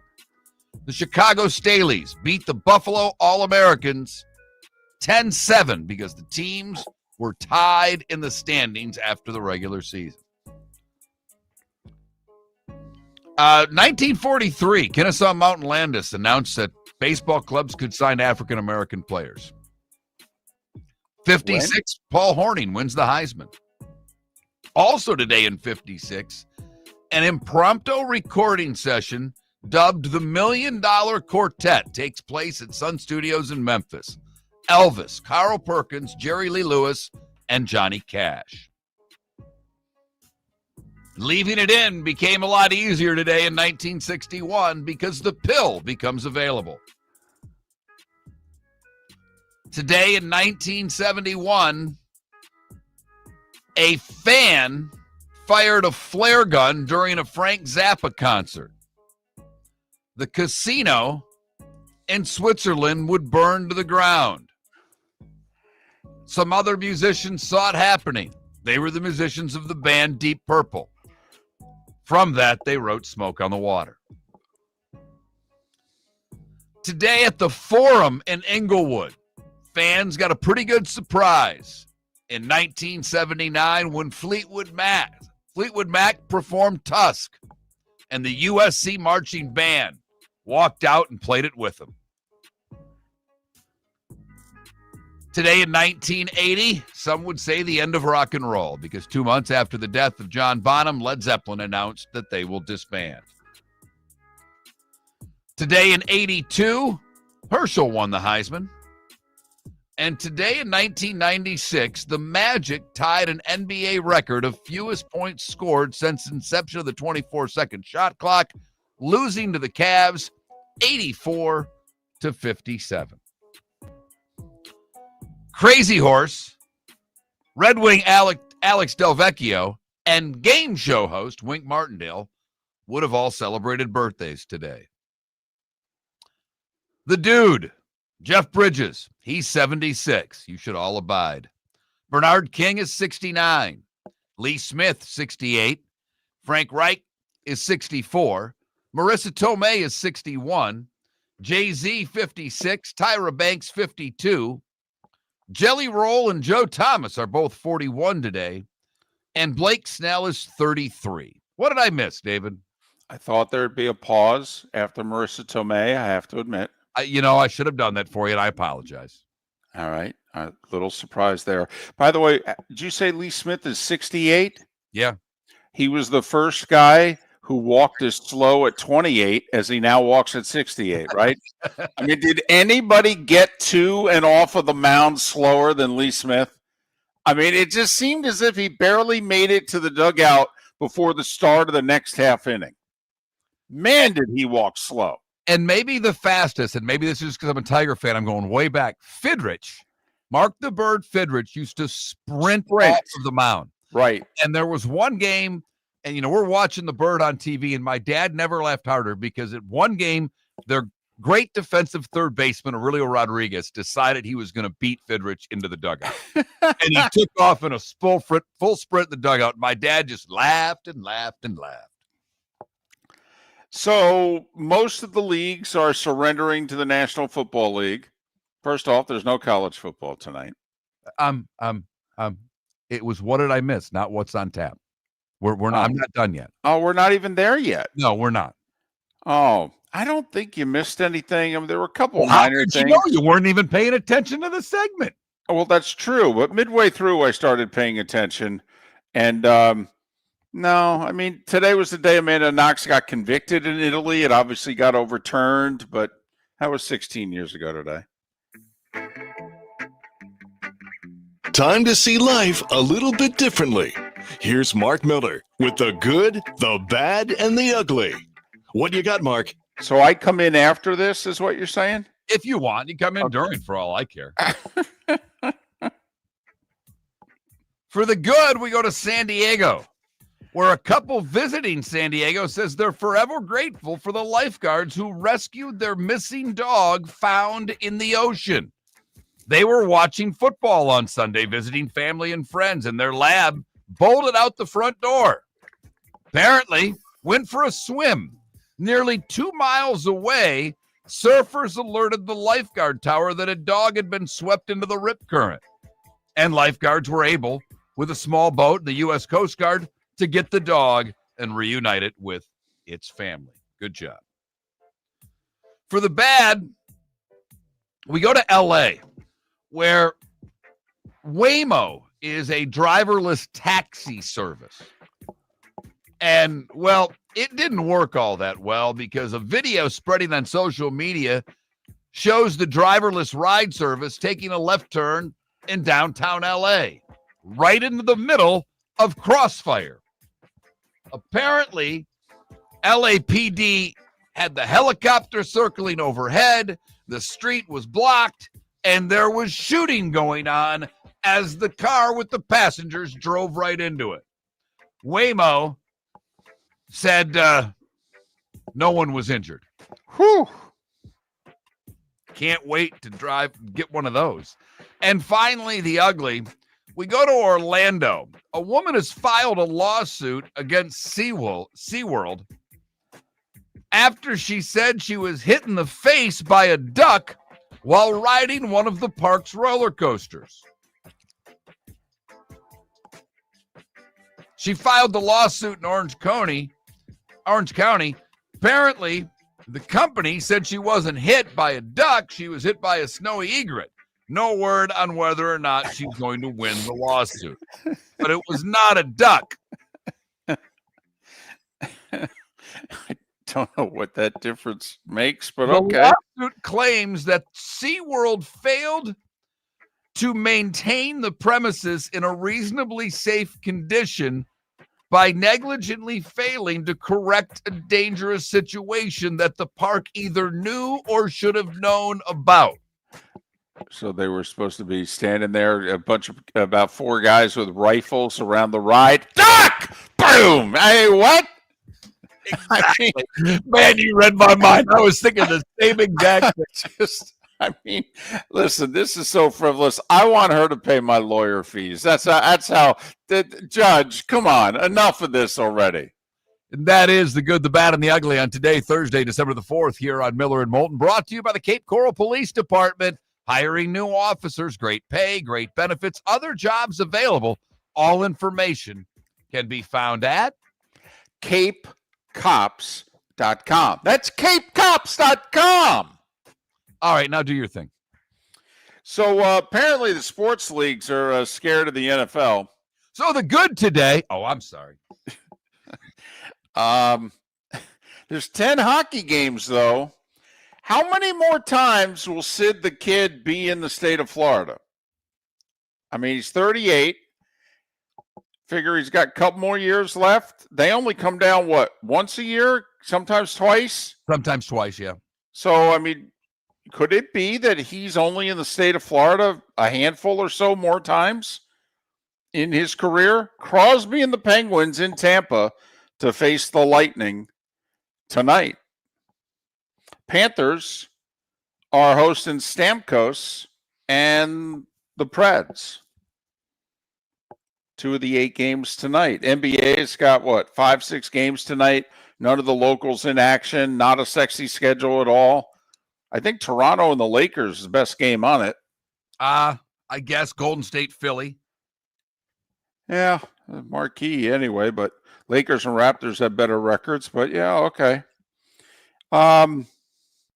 Obviously NFL, man. Let's go. All right. Cowboys, Lions, Detroit favored by 3, over under 54.5. So Vegas has got this game at 29-26, give or take a half a point, Lions. David, I hope I'm wrong. I'm taking the points all day. Let me ask you this. Do you think if Detroit were to score 29, that it would be enough? Like, if you're a Lions fan, to all the Lions fans listening right now, if I tell you that the Cowboys are going to score 26 points, would you take it? Or would you go, ooh, no, then we're going to lose? Yeah, I would think they've got to score more than that. I think they've got to be in the 30s to win. I do. So then you're thinking an over tonight then? No, I think Dallas is going to win. I know, but the over 54.5. So you don't. Okay. You asked me, do I think the Lions need to score more than that to win? My answer is yes. I don't know if they will. I think they're going to try to run the ball 40 times tonight. I think that's their path to victory, but I don't know if they're going to be able to. And if they get behind and they're unable to stop Dallas, like I think they'll be unable to stop Dallas, they're going to have to start chucking it around.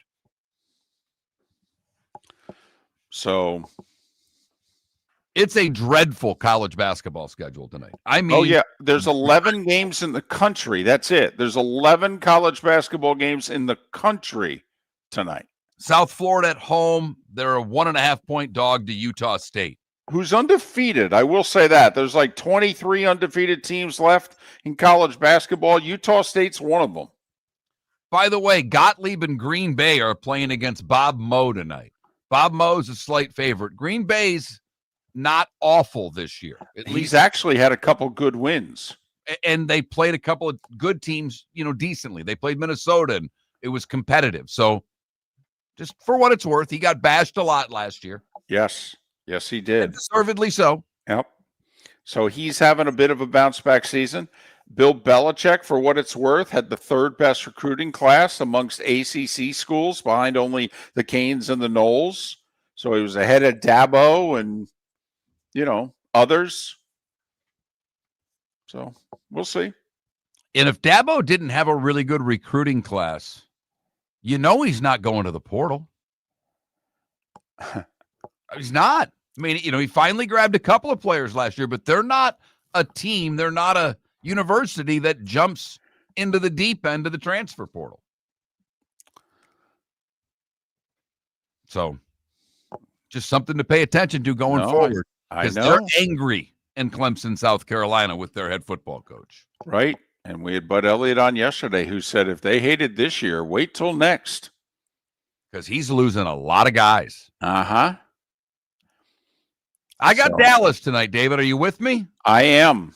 Look at that. We're both taking the road team. That might bode well for the Lions. Football Friday tomorrow. That means Lee Sterling and Pat Kerwin. Enjoy the rest of your day, and thanks for listening to Miller and Moulton. There's something magical about the holidays, and at the Diamond District, it's the season we look forward to all year long. The lights, the laughter, the feeling of giving. That moment someone opens a gift that truly sparkles. When you walk through our doors, our team is ready to welcome you with warmth and expert guidance. No pressure, just people who love helping you create unforgettable moments. Stunning diamond jewelry to wrap up the wonder of the season. The Diamond District, se habla español. At the Diamond District. Football season is back, and celebrate your game day with Jimmy the Beef Guy. We're talking tender, juicy Chicago beef sandwiches. Whether your party's for 10, 100, or 200, bring game day to your house with Jimmy the Beef Guy. The catering packages come with the beef, the gravy, the peppers, the bread, everything you need. 2 convenient locations, Fort Myers and Bonita Springs. Skip the ordinary and bring the beef. Jimmy the Beef Guy, Chicago flavor, Southwest Florida style. Call today or visit jimmythebeefguy.com. Tell him Miller and Moulton sent you. Let's talk the big differences between Floor Meisters and the big box store that sells flooring. Floor Meisters is family owned. They do flooring, not doors, nuts and bolts, or weed killer. They specialize in it. They know it. Floor Meisters backs their installer, so if there's ever an issue, good chance the boss, TJ, will come out and make it right. Floor Meisters prices beat the box stores every day of the week. When you think flooring, think Floor Meisters in Naples. FloorMeisters.com. Real people, real prices, real quality selection. The Floor Meisters, just keeping it real. American Paint Supplies, for nearly 30 years, is your one-stop shop for all your coating needs. If you are a designer, a contractor, a professional painter, or a weekend warrior, American Paint Supplies is the place where experts go to get expert solutions. At 6100 Shirley Street in Naples off of Pine Ridge, American Paint Supplies delivers the best solutions with the best products with the best support. Meet Gene and his team today at American Paint Supplies. Call 239-566-2700. That's 566-2700 or online at AmericanPaintSupplies.net. This December, watch the nation's best high school basketball players compete in the City of Palms Classic. Fort Myers will once again welcome future college and NBA stars as they square off at Suncoast Arena from December 18th through the 23rd. Come see Southwest Florida's own Bishop Verreau versus Barron Collier on Sunday night, December 21st. For tournament information, please visit cityofpalmsclassic.com. Lee County, building a better community through business, sports, and tourism. Your roof is your home's first line of defense. At Pelican Roofing of Florida, Ronnie John and their team bring years of experience to protect what matters most, your family and your business. From residential repairs to large-scale commercial roofing, we deliver honest work, fair pricing, and quality you can trust. An upgrade on your roof can lower your insurance costs. Don't wait for a leak to turn into a disaster. Call the experts at Pelican Roofing today. 1-866-9-PELICAN. That's 1-866-9-PELICAN. Online at PelicanRoofingCompany.com. CCC 13325. This is Miller and Moulton